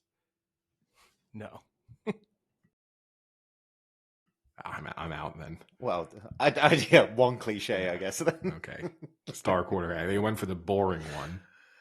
Temporarily paralyzed. I thought you were going to go actually through Friday Night Lights and go through some of the ones that they do. I'm sure there's the cheerleader dating someone on the team, maybe then dates someone else on the team. I'm sure there's the unpopular or ugly girl who makes the cheerleading No, there's squad not at much some cheerleading point, or involved. something like that. Or there's like catcher that keeps getting routinely like dropping catches and things like that, and then last play of the game catches one. That's in the like end every other zone or something episode. like that to win it. Concussions. Do they do the Friday Night Lights thing? Concussions are depicted. Yeah. Do they do the Friday Night Lights thing where it's like 1st and 10 from the opposition 40 line, and then 2 minutes later it's 3rd and 12 from their own 22 with no change of possession? The last second score to win the game happens 7 times. Like literally no time left every time. Recovering from concussions, recovering from other serious injuries, losing the scholarship, steroids, pregnancy. Now I think we've dedicated, once again, Frank, you've forced us to dedicate way too much time to a terrible TV show, but I will pass this on to Bacillus because One Tree Hill was one of his favorite. I love One Tree Hill. Time. He will defend this. One of my top 5 favorites. He will die on that hill. Oh wow, you two. He will love All American. But Bacillus, I will recommend it, and people, right? The audience has spoken. They want more Bacillus content. We'll try and get some Bacillus stories out of this weekend. So next episode, there should be some Bacillus related stories to emerge. But I know that Bacillus loved One Tree Hill because when I did find his MySpace, when I searched for him on MySpace, years after MySpace was no longer relevant, I think this was in about 2011 or 2012, One Tree Hill was listed as one of his favorite TV shows. And then one of the all-time great Bacillus moments, if for anyone who still remembers MySpace, you had the ability to list your heroes. No, not Chad Michael Murray. It's Michael. Not Chad Michael Murray. No. No. His first hero was Michael Jordan. Now, Bacillus was a really good basketball player, and then a knee injury ruined his promising career. His second hero was a fictional character, but not a human. His second hero was Optimus Prime. Oh, God. Why is it a hero? Why is that somebody? Why would you aspire to be a... I mean, just wants to be able to like turn into a truck. What does Optimus Prime turn into? I can't even remember. A tractor trailer, doesn't he? Wow. Really? Trailer. Yeah, but yeah, that's a. Wait, so he's the truck and the trailer? Yeah, he's both, like a big rig. Oh, okay. As opposed to just like turning into a trailer and just waiting for just waiting for another transformer to come and drag him along. But yeah, anyway, Sam, move us on to Thursday Night Football, Week 1. Thursday Night Football. Football. Pick one. It's good to be back. Jags at the Bengals, and I'm feeling generous. So the Bengals are 7.5 point favorites. I've gone out on a limb. I just want to say I've gone out on a limb on this one. This is my survivor pick. It's bold. I hate it for a number of reasons. I hate having the Thursday night game in my survivor pick because it's such a terrible start to your weekend. Also, Thursday night games always feel a little bit less reliable because they're short weeks. Then also, I don't think the Bengals are that good, so it's more of a pick against the other team when I'm not sure exactly how good. You know, it's an anti-Jags pick. It's not a pro-Bengals pick. And I'm already mentally prepared to be midway through this game and tell myself, I've been saying the Bengals are bad all season, and now they're proving me right at the one moment I didn't want them to. But Week 4. I'll make it quick. I'm taking the Bengals to win, obviously, and I'm taking them to cover the spread because I just think this Jags team is a tractor trailer Optimus Prime scale fire. Puncture tires as it transforms into a trailer. Yeah, if Urban Meyer was a transformer, he has evolved, transformed into a dumpster, and then just poured gasoline inside of himself and thrown multiple matches, and now he's just lost control, freewheeling down that hill. Great. Perfect. I agree with you. Like the Bengals have a real shot here at going 3-1, which is crazy considering they're basically won 3 over the past couple of seasons. But look, the game against the Steelers, like I don't really know how much you can read into like whether the Steelers, whether the Bengals were kind of solid or whether Roethlisberger is just completely washed up. But I think Urban Meyer said he likes playing Alabama. He's basically playing LSU this week with Burrow and Chase. So I think they'll win. Interestingly enough, they're 6-2 against the spread with their last 8 at home. But the Bengals never have a kind of spread like this, so the kind of size of the spread worries me a bit. But I do think the Bengals are just better. I think the Jags are a bit of a dumpster fire, as you say. So I'll pick the Bengals. Yeah, he feels like he's playing LSU in Burrow and Chase, and last time he faced them, he lost in college. So things might not get better for him. Yeah, I'm with both of you. Bengals to win, Bengals to cover. The scary part is this could be the best defense that the Jaguars have come across this year so far. They rank 4th in DVOA, Cincinnati. So if Lawrence was having trouble against the Cardinals and the Texans, he's going to be in for more trouble this week. So I'll go Bengals. Yeah. All right. Easy start. We move on to Carolina. Panthers at the Cowboys, and the Cowboys are 4.5-point favorites. So, how much do you guys read into that kind of like Cowboys win over the Eagles, and how much do you read into the Panthers having a pretty easy schedule but still being undefeated? Well, I think that Cowboys result was summed up by a quote that I'm sure Frank loved, the Jalen Hurts quote about when you drop a deuce, you don't look back and stare at it. You just move on. Love the quote. I'm the one who sent it to you. Pure poetry. Yeah. No, but I'd seen it before. But pure poetry from Jalen Hurts. And so, yeah, it makes it, how much do we read into the deuce that the Cowboys enjoyed on Monday? I'm going to stay in I'm not believing in the Cowboys until I see them beat what I would consider to be a good team. I think this is the first time that they are playing a team that I would put in that category. I'm assuming Christian McCaffrey. I think the Panthers are on the lower end of good. I'm assuming Christian McCaffrey, though, is not playing.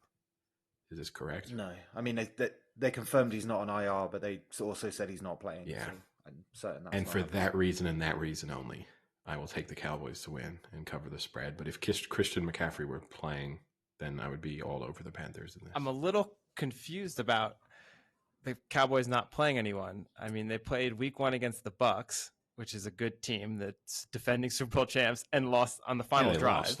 They were up with 1:20 left, so it's a close game. Then they beat the Chargers, who are first in their division, and everyone kind of projects to go to the playoffs. So that's another good team. The only bad team they've played is the Eagles. Not everyone. I am actually... I don't... Look, it's not the easiest. It's not the easiest schedule they've had so far. At the same time, I'm going to throw out the opening game of the season on a Thursday. And then I think there are major question marks with both. A huge question mark with the Eagles and a pretty decent sized one with the Chargers. Yeah. I've watched all 3 of their games, and it pains me to say I've been very impressed with their offense has been really good, and their defense seems to have improved, especially with Micah Parsons. He's been an animal out of Penn State, but playing well. The interesting fact here is Carolina and Dallas combined 6-0 against the spread this year. So something's got to give, and one of them's got to lose against the spread. So I'm going to pick the Cowboys to win and the Cowboys to cover. Clean sweep with me as well. I think Prescott will put up good yardage. I think Christian McCaffrey not playing hurts the Panthers, but so I'll take the Panthers. For fuck's sake, I'm not good at this. Take the Cowboys and to cover as well. So moving on, you've got the Browns at the Vikings, and the Browns are 2-point favorites. This is a line that stuns me. I think this is such a level of disrespect for the Browns. I think this is just are cemented. People just don't want to believe in the Browns. And I know, Jarvis Landry's out. I know that they haven't necessarily been as convincing as you might have wanted them to have been so far, but this is an overreaction to the Vikings, who are a major hit or miss team, being hit the week before, and the Browns yet to have hit fifth gear. And so I'm all over the Browns. I think that pass rush is going to cause Kirk Cousins all day. And last year I lived off of that Kirk Cousins IV drip. I had it hooked into my arm all season long.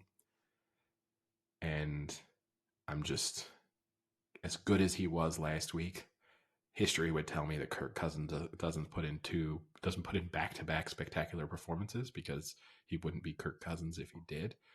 And I'm Browns to win, Browns to cover. Yeah, I think for me here, I think the Vikings have been pretty good offensively, but I think the Browns have been really good defensively. And when I just kind of look at it as kind of a straight shoot and think who is the better team and who can do the most, I agree with you, Eddie. I think the Browns are the better team. So two's, I think, a little bit weird, but I wouldn't go much over a field goal. I thought when I saw the lineup that the line would be kind of 4 or something like that. So I'll take the 2 happy. I was expecting 3 to 5, well. And I know that doesn't seem like a huge shift, but when you are putting it under the field goal, it surprises me a bit. Oh, I'm going against you guys. I am on the Vikings bandwagon. This is a team that could have been 3-0. I think they're pretty decent. Kirk Cousins is having a great season so far, yet to throw an interception. 8 touchdowns, no picks, 900 yards passing, so he's averaging 300 a game almost. I worry less about the pass rush and more about the Vikings run defense, which is ranked 27th. So I think the Browns are going to come out and run it down their throat. But I think Cousins is going to be up to the task and just answering with touchdown after touchdown. And I think the Vikings win this one at the end in a close game.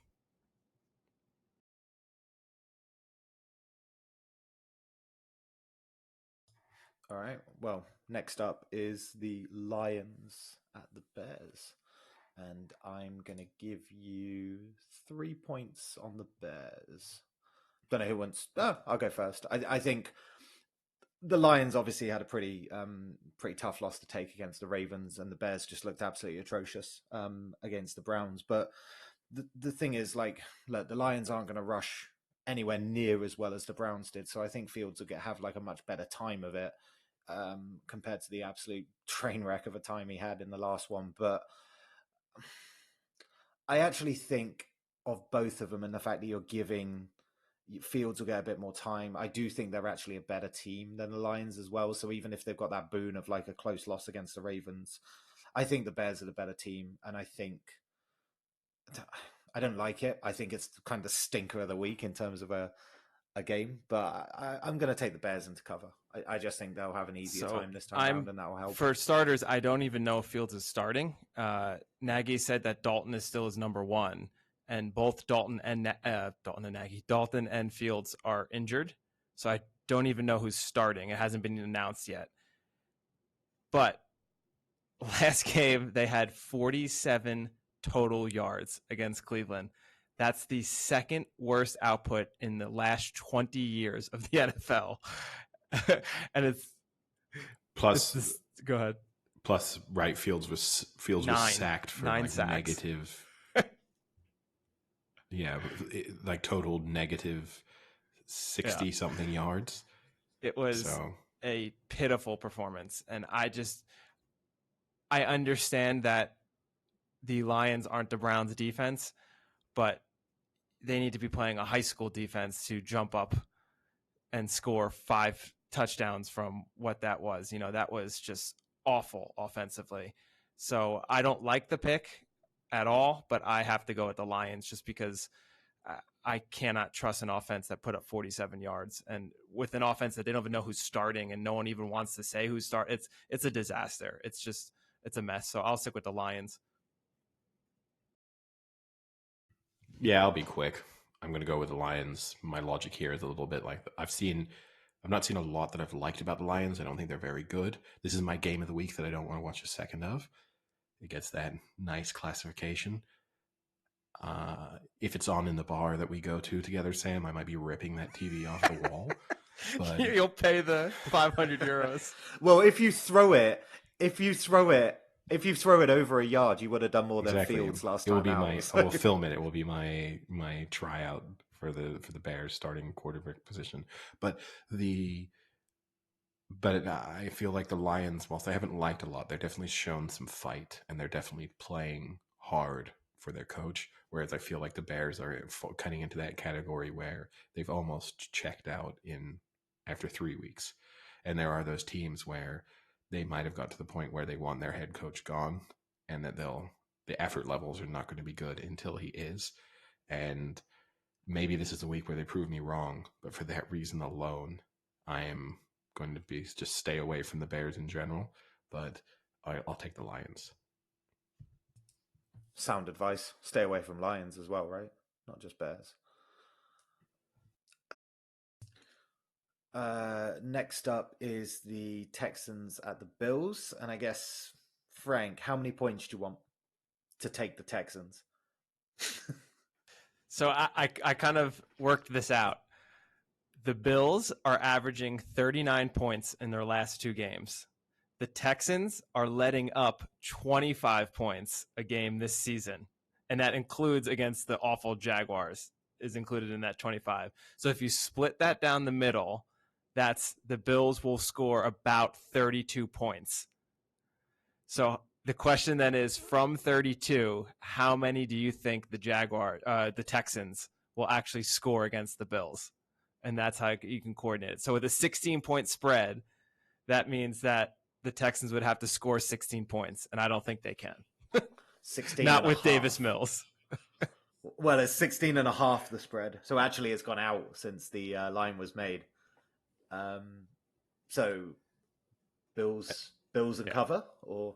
Yeah, I'm going to go Bills and cover. I mean, so the Bills are allowing 14 a game. Their defense has been pretty decent this year. So 14 a game, and those are quarterbacks not named Davis Mills. So I'll go Bills to win and Bills to cover. I think you're right. I think this could get pretty ugly pretty fast. And is it just me, or is this a weird spread so early on? No, given the fact that you're fundamentally on a third string quarterback on a not good team against one of the Super Bowl favorites,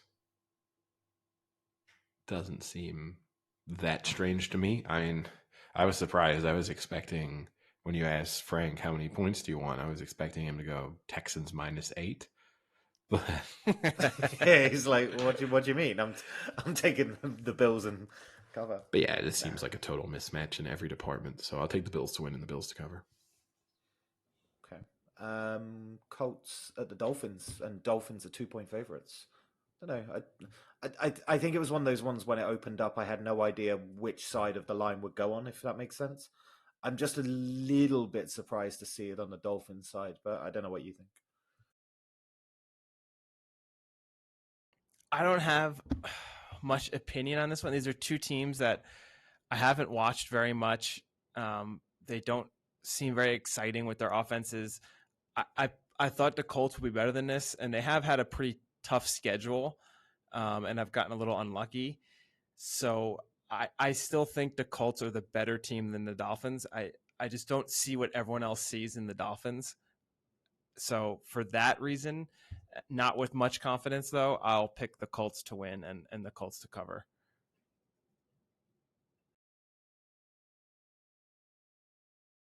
I haven't seen, on paper, the Colts should be a good team. I haven't seen that much this season to like about them, though.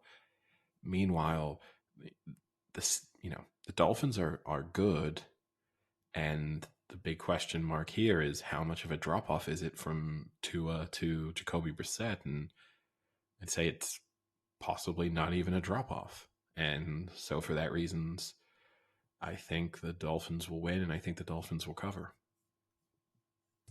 I think for me, I saw more flashes of encouragement in the Dolphins' performance against like the Raiders than I did in any performances for the Colts this season. I just think they've looked completely bang average in almost all departments, to be honest.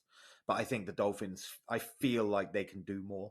And so I feel like, even though I was a little bit surprised to see the line where it was, it wasn't for any reason. It was just kind of like it almost feels like a must win for these two teams, actually, when you think about it. Like, I was looking at it, the Colts have back-to-back road games. They've already had a pretty bad start. You know, the Dolphins have obviously got to keep up in their division as well. But I think the Dolphins are just a little bit better. They just have more capability. So I'm going to go Dolphins as well to win and cover. Next up is the faltering Chiefs against the collapsing Eagles. I mean, you two know. The Chiefs as 7-point favorites. You two know. Is that an overreaction?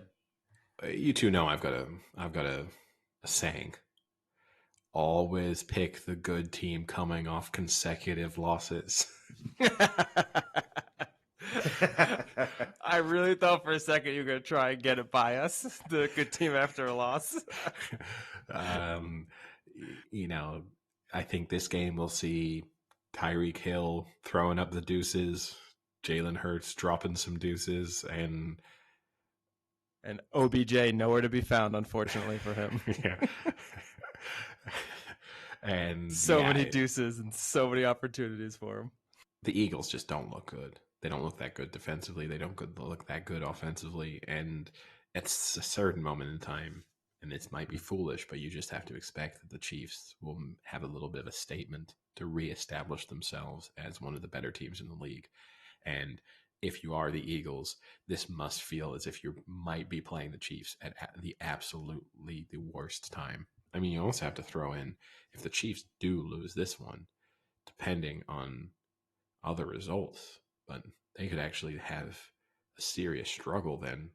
Their playoff possibilities could become pretty difficult. So I'm going to pick the Chiefs to win. I think the Chiefs will cover. I do think this will be their statement. Yeah, I'm with you on this. I think that week 1 Eagles win, where they beat up on the Falcons, has been a huge overreaction. I mean, everyone after that game, oh my God, we were so wrong about the Eagles. They're so great. But then their next two have not been great. Jalen Hurts had a great week 1 game, and since then has looked pretty mediocre at best. The Chiefs need this win, like you said. Again, I brought this stat up last week. They're now 2-12 against the spread in their last 14. So not good, but eventually they need to turn the tide, and this is the perfect game for the Chiefs to come out and put up 45 points, and Mahomes to have 5 touchdowns, no picks, super clean game. So I'll go Chiefs to win, Chiefs to cover. Yeah, nothing really to add. I think this is the bounce back game, and they need to do it as well. So Chiefs to win and cover for me as well. I think it's quite an easy one. The Giants at the Saints, and the Saints are 7.5-point favorites. So back at the Superdome for the first time. So, you know, a couple of road games because of the hurricane damage, and they had their home game at Jacksonville. They look good against the Patriots. I thought it was a good win. An interesting stat I found was that the Saints are 22 off their last 24 in the month of October.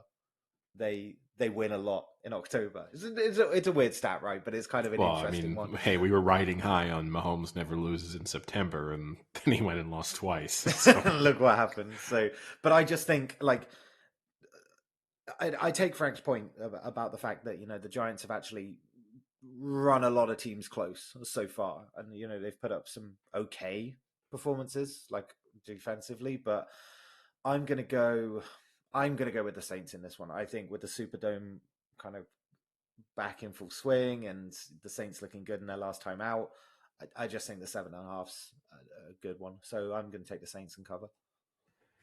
I'll save Frank for his rant or in-depth analysis. I'm not sure what we have in store coming into this game. I mean, look, this Saints team, we've said it every week. You just don't know which version of them you're going to get. So they could win this game by 40, or they could lose this game. I mean, I don't think they can lose by 40 because the Giants can't score 40 points. So that's the thing that will at least not ensure that they don't get thromped, as Frank would say.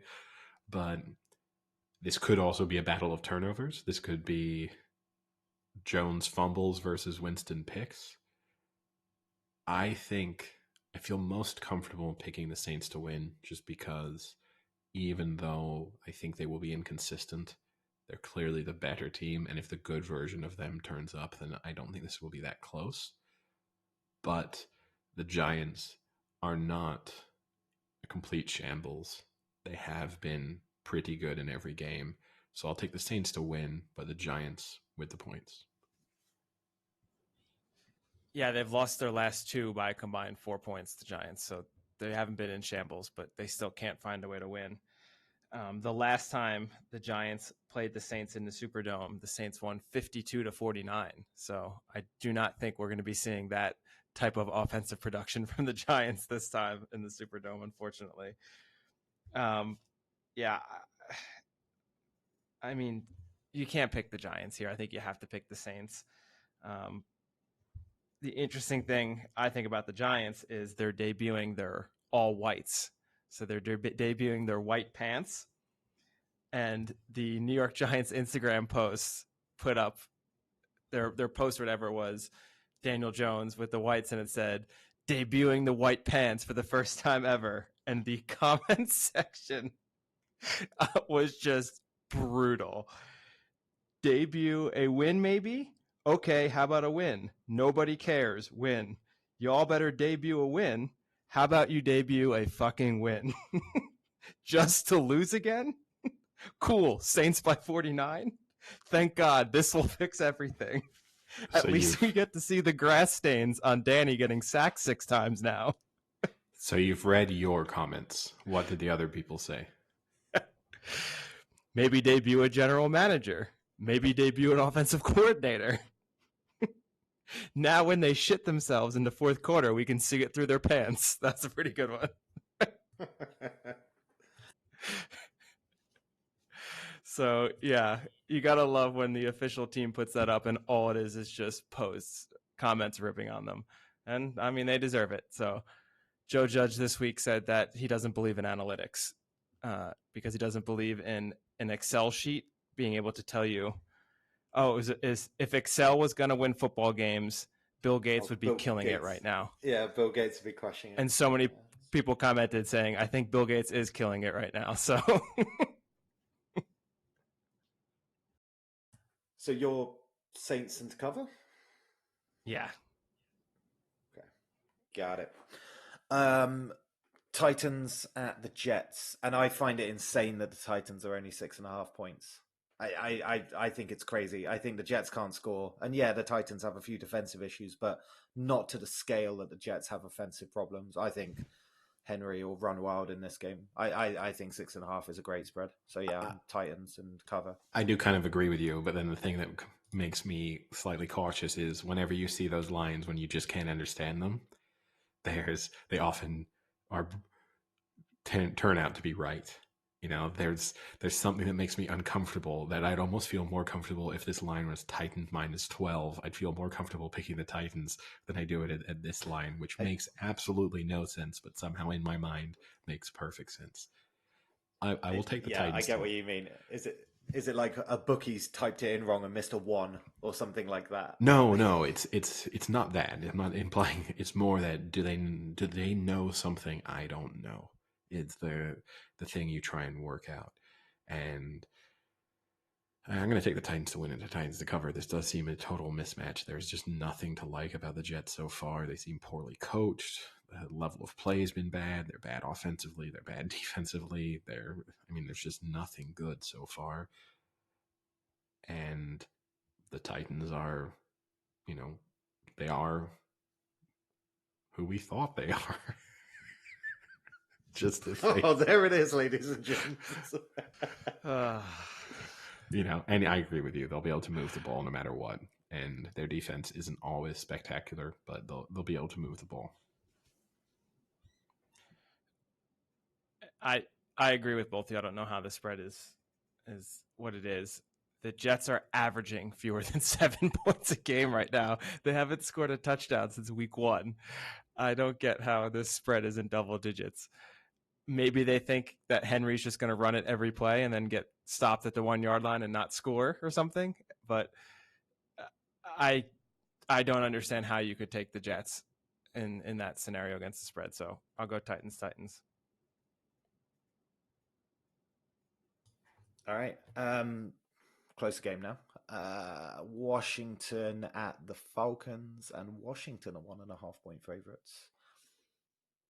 Thoughts, Frank? I'm going to go with the Falcons on this. For me, Washington has not impressed me at all. They're supposed to have this spectacular defense. They're allowing 30 points a game through 3 weeks, and those aren't amazing teams they're playing. I mean, one of them was the Giants. They've yet to cover a spread this season, and this whole Taylor Heineke being the starter, it's just he's average at best. So I think this is finally one where the Falcons can get some momentum from that Giants win, last second win, and take this into Washington. And I'll take Matt Ryan over Taylor Heineke any day.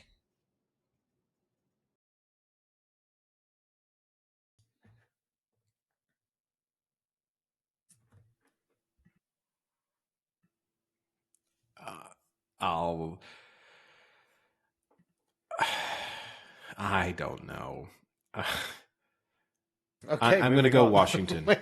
No, it's a tough one because in a sense, the Washington defense hasn't been that good so far. The Falcons, their offense hasn't been that good so far, and whichever team you're picking here, you're hoping that on the side of the ball they're supposed to be good. They're better than they've shown so far, and I'm more confident in assuming that the Washington defense goes back to being quite good than I am that the Falcons offense will start working. So I'll take Washington to win, and obviously then minus the 1.5. Not threading that needle then. No, that would be a bold needle to thread. That would be incredible.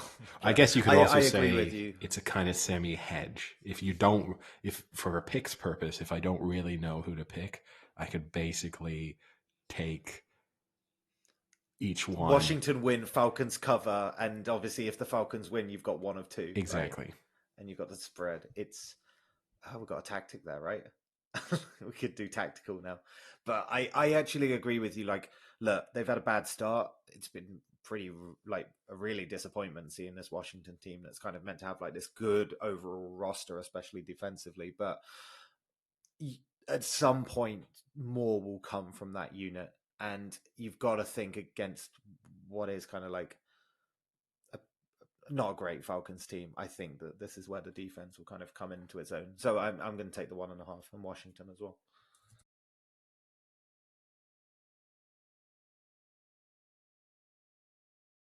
All right. Arguably, to some people, we've obviously got the divisional game for the Cardinals, Rams, and the Seahawks, 49ers. But starting with the Cardinals at the Rams. So Rams are 4.5 point favorites. A lot of people saying these are the Super Bowl favorites. Thoughts? Did you just say this is arguably a divisional game? Yeah, I think I said arguably. No. On to. You were going to go for arguably the best game of the day, I think, is where you were going. Yes. And I didn't finish my sentence. And then you finished out, and then you just went arguably a divisional game. A bold statement from Sam. This is arguably. It's some good kind of introductory work I've done there. But yeah, I think this could be the game of the week. But yeah, Rams 4.5 point favorites. Go ahead, Eddie. Trash the Cardinals. I'm not going to trash him, but I think the Rams look good, and the Cardinals have looked good at times. They've looked really bad at times. I guess that the performance against the Vikings doesn't look quite as bad after how the Vikings played against the Seahawks. So from that perspective, that's aged quite well through 1 week, right? Don't want to be too bold with that prediction. The first half performance against the Jags last week is concerning, but then the second half performance was what you would have expected from them. This Rams defense is really good. Their offense is really good. And so for that reason, I just feel much more confident in thinking that they'll do enough on both sides of the ball to win this game and to cover the spread. Yeah, I'm with you on the Rams here. Like I think look, the Cardinals can score and they can score quickly. So I think if they're going to keep it close, it'll be because of that reason. They can kind of match them. But I just think the Rams are playing really good football at the moment, arguably the best in the NFL, kind of thing. So being at home, having that edge, playing the best football, I, I think it will be close, and I think the 4.5 is like a really fair one. So I'm not going to say that. I can't really say like Rams win and Cardinals cover. I'm not kind of a huge fan of it being that close, but I think the Rams will win and cover. So. Sam, I have, before Frank makes his prediction, I just have a question for you. Which would you say is the closer or the more heated argument, that the Rams are playing the best football in the NFL at the moment, or that this is a divisional game? Oh, I don't know. That's a tough argument, Eddie. I mean, Arguably you don't too close to truly know call. how divisional this is. This might be the most divisional game I've ever seen, actually.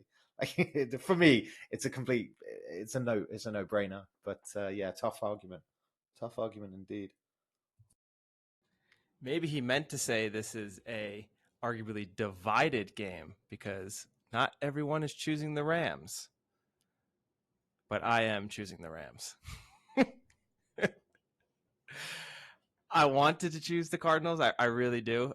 It would be nice to see. This would be a huge win for them. But McVay is 8-0 against the Cards, and all but one have been by 7 points or greater. So he has arguably owned the Cardinals in his tenure at LA.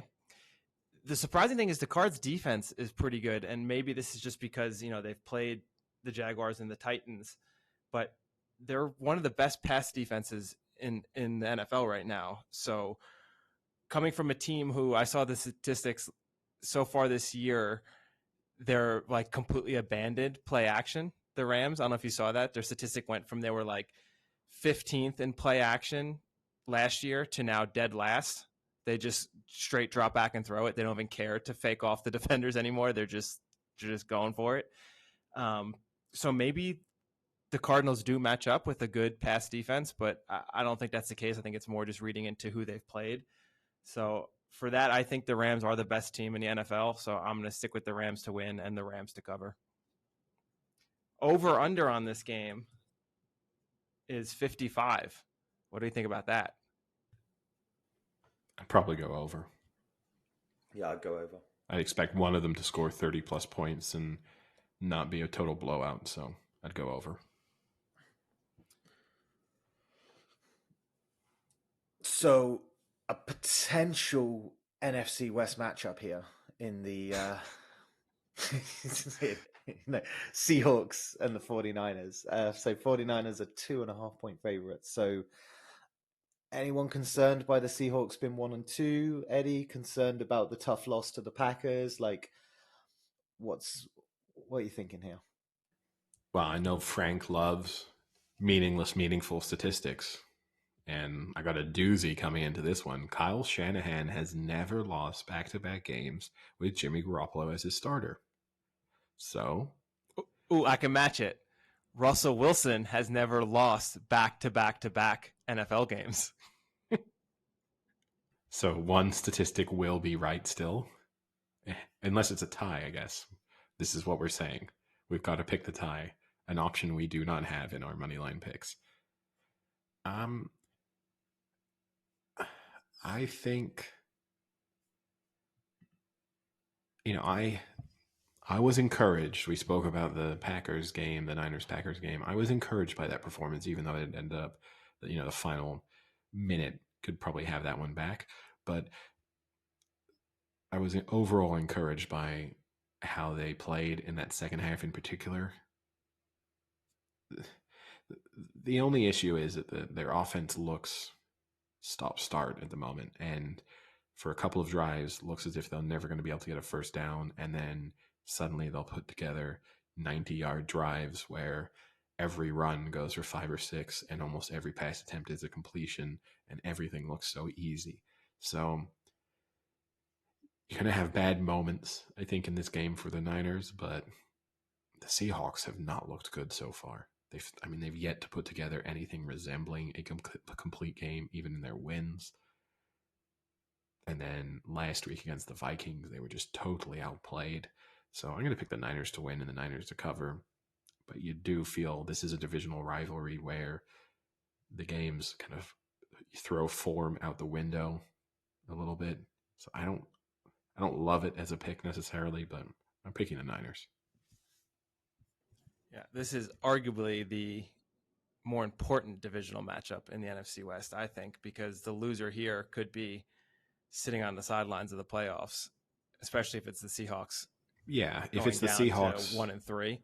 I think if it's the Seahawks, they might pretty much already be out of the running. Just because when you then factor in they have to play 2 more games against the Rams, that schedule then starts to looks really tough. I think the Niners could be 2-2 and still feel as if they've got a pretty good chance. I'm going to go with the Niners here. Seattle swept them both times last year, but that's when the Niners were depleted with injuries, or so Eddie tells me.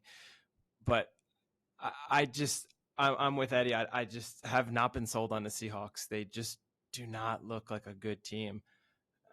The Niners, what scares me about this game on the Niners side is, do they have the offense to keep up with the Seahawks? I think they can slow the Seahawks down, but you have to figure they're still going to score in the 20 to 25 range. And can the Niners score that many? I think they can, but it slightly worries. They don't have that electric offense that they had a few years ago. I still think the Niners can win this, so I'll go Niners to win, Niners to cover. Yeah, I think it's kind of more concerning. The things I see in the Seahawks are more concerning than what happened to the Niners over the past couple of weeks. So, for all the reasons kind of you guys have mentioned and that, I just think the Niners are a better bet here. So I'll take them and the points as well. So next up is the Ravens at the Broncos, and the Ravens are 1-point favorites. Frank, you loved the Broncos. So go for for it. Okay, go on, Eddie. No. Après-vous, Eddie. No. You accused Frank of being dictatorial on the previous episode, so we'll let you Shut up, Eddie. Frank's talking. Steer the ship this time around.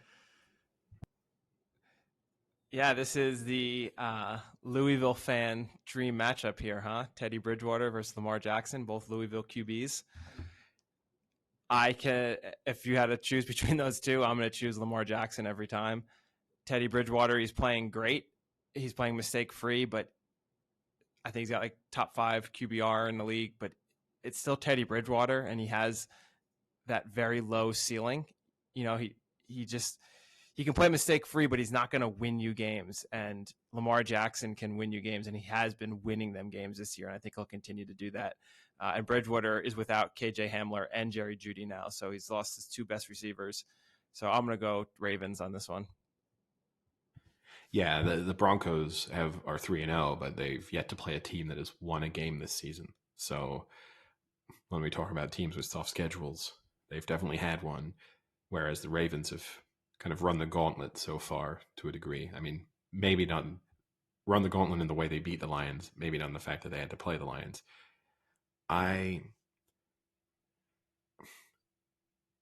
think this Ravens team is due a good performance that reminds people that, I mean, I know that they beat the Chiefs, but I think they're due a good performance where they remind people how they can dismantle bad to mediocre teams at times.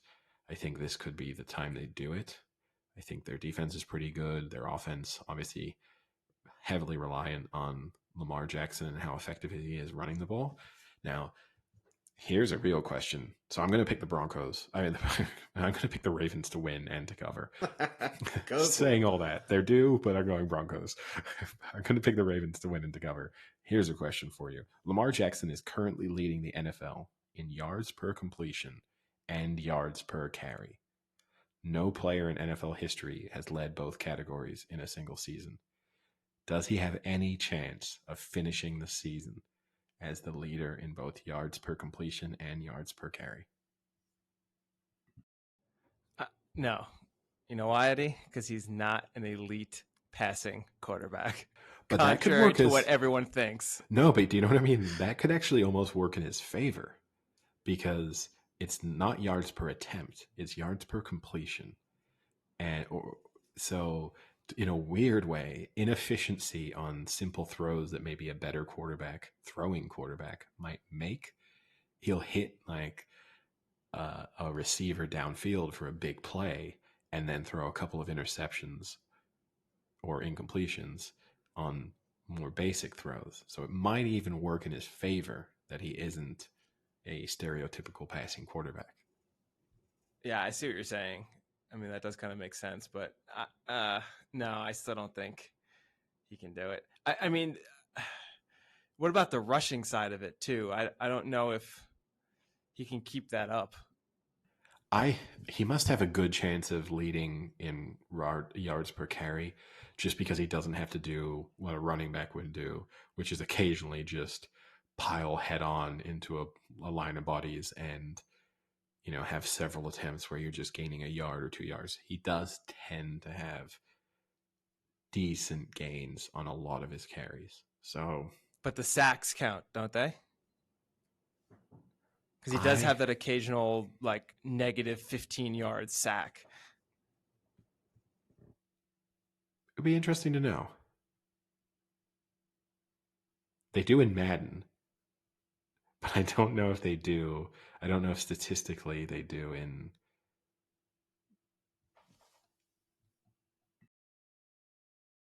They don't. Sacks don't count as negative rushing yards. Madden letting us down. Kneeling does. That's the one that hurts you. It counts as offensive rushing yards, but not against the individual. So maybe Madden is correct if that's what you're saying about Madden. I think Madden counts it against the individual too. I don't think it does, Eddie. I don't think Madden would make that mistake. No, it's a faultless game, particularly this year's version. John Madden has never made a mistake ever. Well, John Madden definitely didn't make a mistake with Madden. He made a ton of money out of that. He made it good. That's a good decision. Sam, what's your pick for the Ravens Broncos? In a way, I actually kind of feel sympathetically like I'd like to pick the Broncos, but they have lost their receivers, as Frank mentioned. I think the Broncos defense will actually do a really good job of tying up Jackson, and I think they'll limit him pretty well. But like you say, Eddie, like when you actually sit down and look at these two teams, and at the start of the season, if you said this was a 1.5 line spread, a 1 line spread, it would seem silly, in my opinion. Like the Ravens are there, tougher schedule, look pretty good throughout most of them, save probably the Lions game recently. Broncos haven't beaten anyone that's put up anything, so you kind of got to go with the better team here, and the better team are the Ravens. So I'll take them to cover as well. Did you ever think how strange it is that the game is called Madden? It's weird. You can imagine like FIFA. You can imagine FIFA just being called like Shearer. No, it would be as if it would be FIFA being called like Motson. Dixon. Yeah. It is strange when you think about it. And it must be really weird if you're in the Madden family. It must be kind of odd. Like a very cool legacy to have. But yeah, it is. Because you're not playing Madden football 2020. You're playing just Madden. Yeah, you could imagine it being like going out and being like, what are you buying? Oh, I'm buying Madden. Yeah, what are you buying, Madden? No, I'm buying Madden the game.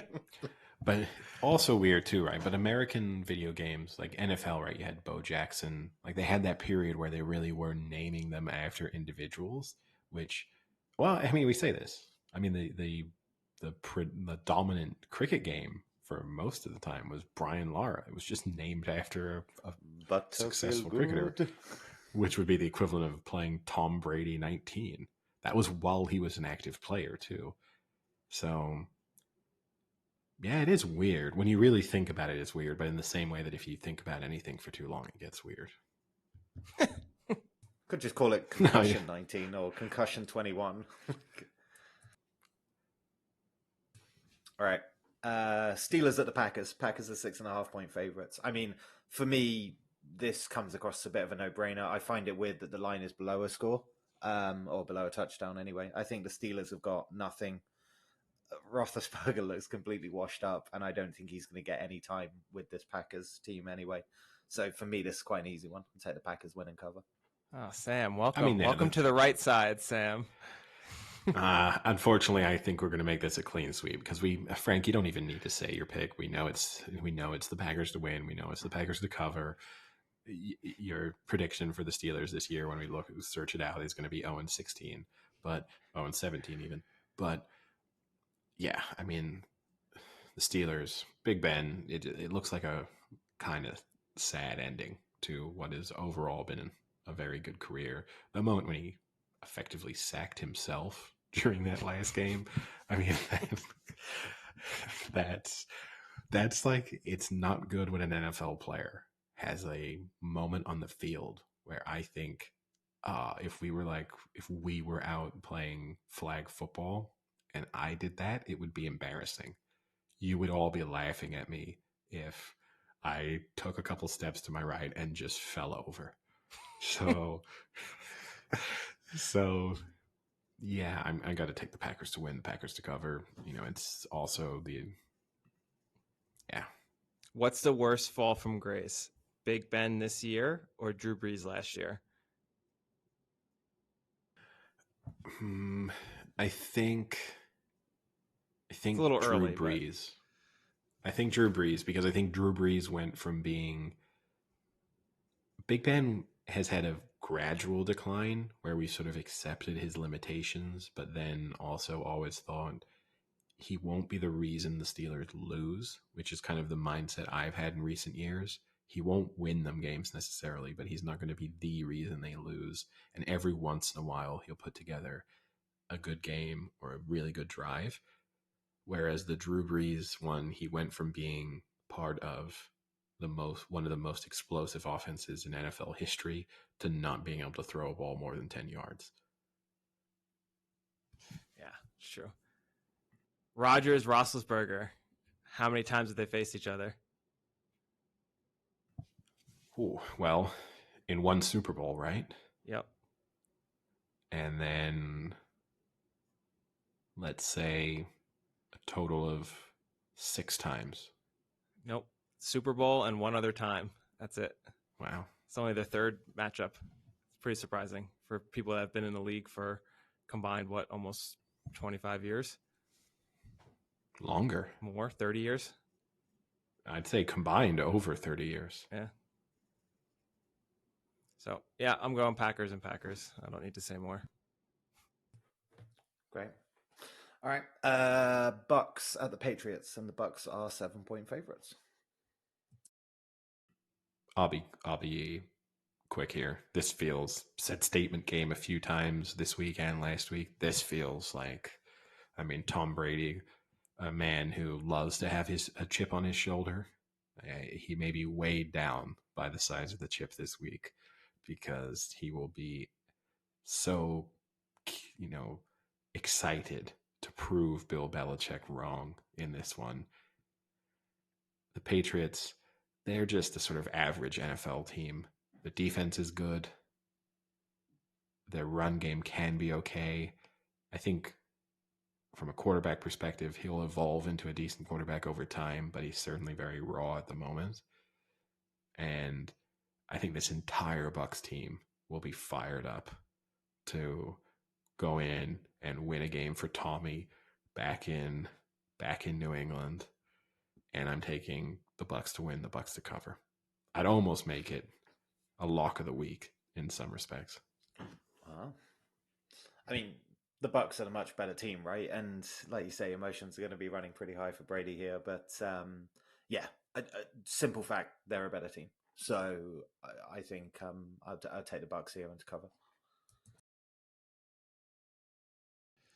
Just like Ronaldo in Champions League, the great ones deliver on the big stage. And Brady is going to deliver in one of the most anticipated games of his career. So I expect big numbers by Brady, and I think they'll cover easily. Wait, really? Guy's been to what, 9 Super Bowls, and this Week 4 matchup back in New England is one of the most highly anticipated games. In his This is career. where this is where I make my career. This is for sure is. I would say this is. I might not. I think genuinely this might not be in the top 50 of the most highly anticipated games in Tom Brady's career. No, this is It's top not bigger 5. than. So you're saying this is bigger than 4 Yes. of his Super Bowl? Yes.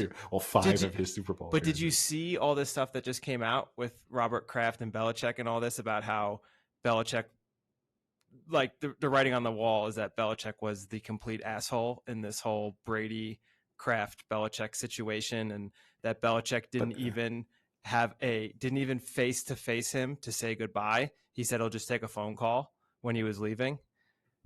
Here's the thing: is that an asshole move, or Bill Belichick is an asshole? That's his persona in terms of, and part of it is he treats everyone the same way.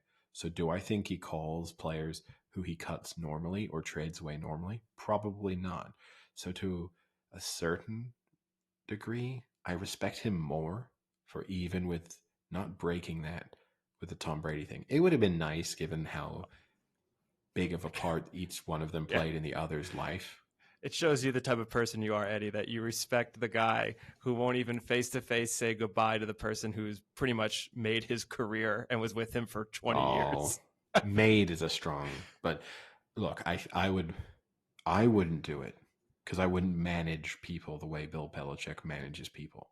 But if I had someone if one of my managers or superiors or bosses had a Bill Belichick style approach, and then I found out that some star member of the team had left and he had then treated them in leaving differently than he had everyone else, I would be upset by that.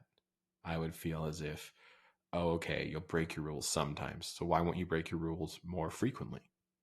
Why can't you be nicer more often?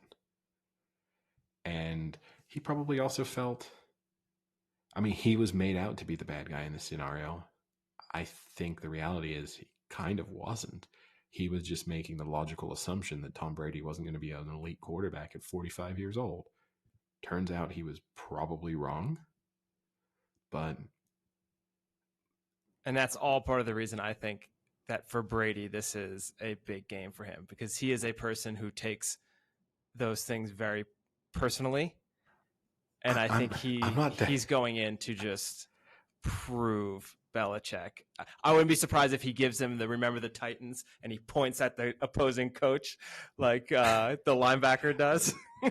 Frank, I'm not doubting that this is an important game for him and an important game for Belichick, but you're talking about a 20-year NFL career in which he's gone to 9 Super Bowls, played in countless AFC championship games, had major rivalries where every game he ever played against Peyton Manning was considered to be, whatever the outcome was, undeniable truth as to which quarterback was the greatest of all time. So yes, in the moment, this feels as if it is a huge game for Tom Brady. But I'll tell you what, Tom Brady will know if this is the biggest game or the most highly anticipated game he plays this season, then this season has been a bad one for the Buccaneers.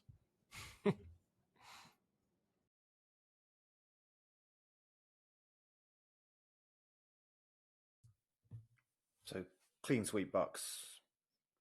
Last game, Raiders at the Chargers. This is a pretty interesting one because obviously the Raiders 3-0. I saw the stat that they've the 3 teams they've beaten all had 10 wins last year, so they've beaten good teams. It's impressive. Like Derek Carr's playing well. They're all playing well, but Chargers with Justin Herbert, we've seen what they can do this season. I haven't actually picked many upsets. Actually, when I look through all of my picks, I'm going with a lot of favorite spreads here and covering. There's not many close ones here. But the Raiders are 3-point favorites, and I'm going to take the Chargers to win and cover. I think it's kind of the opposite. So when we talked about like the Ravens and the fact that they're going to have a good performance at some point, and the Chiefs will come back and they're going to make statement performances. I actually think with the Raiders, this might be where that kind of bubble bursts in the way they're playing. I think they have capabilities of bad games, and I think this might be the start of it. So I'm going to take the Chargers to win and cover here.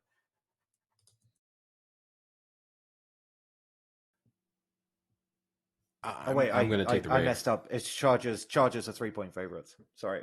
Yeah. I messed up. Got it the wrong way around. No, it's fine. So I'm still taking the Chargers to win, but I think this is where the Raiders kind of bubble burst. Okay. I'm going to take the Raiders. I think they're the better team. So with the points and to win the game. Frank, now, disappointingly, we just spoke about Peyton Manning, the Manning cast or whatever that Monday Peyton Manning, Eli Manning stream is called, is disappearing until week 7. And I know this came up in a group chat that we're part of, and I know how much you hate Joe Buck. You must have been disappointed not to have been watching the Manning cast when Peyton Manning fired a shot, almost certainly jokingly, but in Joe Buck's direction. I don't know if you saw what happened there. I did not, but just saying this makes me think, instead of playing Madden, what if you were playing Buck? Buck 2020. But no, what did he say? I'm excited to hear this. He was talking about, I can't remember the exact quote, but in terms of reading defenses and analyzing the scheme that the defense was in, or the routes that the receivers were going to run. And he said, I need a co-host like Joe Buck who knows nothing.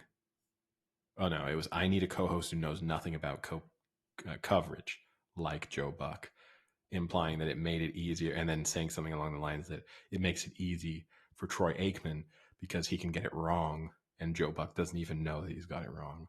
Whereas if Peyton Manning gets it wrong, Eli Manning can call him out. Nice. I hate Joe Buck so much. I don't know why. I think he's awful. One of the. He's so not. annoying. He's good. No, he's wrong, good. Eddie. He's bad. He's bad. Well, you're wrong. He's good. You're wrong. How long can we do this for? Yeah. So, Frank, what's your final pick? This is a tough one for me because I really like the Raiders this year. I think they are a really strong team. I think their offense is very solid.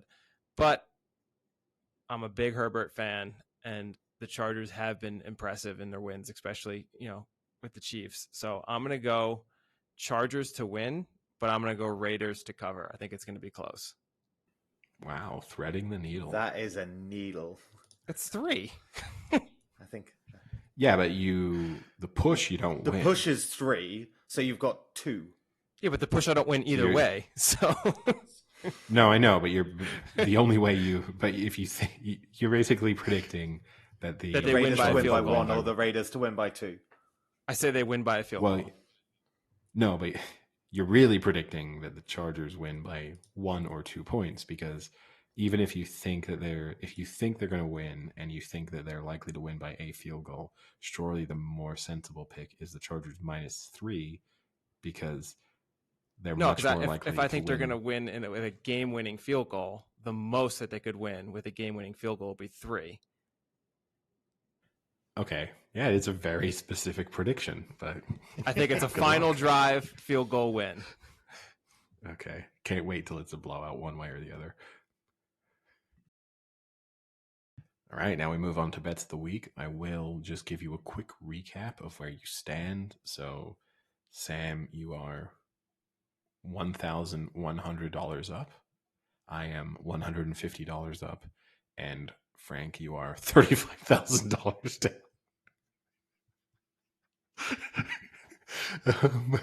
I'll go first. I'm keeping it simple yet again and hoping that for back-to-back weeks, the Chiefs will not be the thing that lets me down. And my bet of the week is the Chiefs, the Titans, and the Bucks, all just to win money line. And the odds of that are 1.27. And I am going to go fairly big this week with 20,000 staked on this 3-team parlay or treble. 20,000 smackaroos. All right. I'm keeping it simple as well. I'm going to stay in the NFL. So I'm just going to go money line Chiefs, Saints, Titans, Packers, and it pays bang on 2-1. And I'm just going to put my winnings plus 10K on it. So that is, what is that, like 11,100.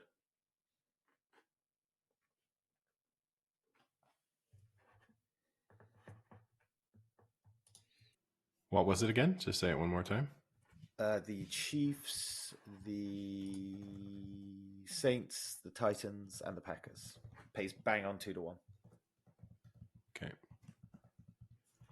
And Frank? And Frank. Oh. And Frank. Well, what's your selection? I mean, and Frank would sum up how his picks have been going so far.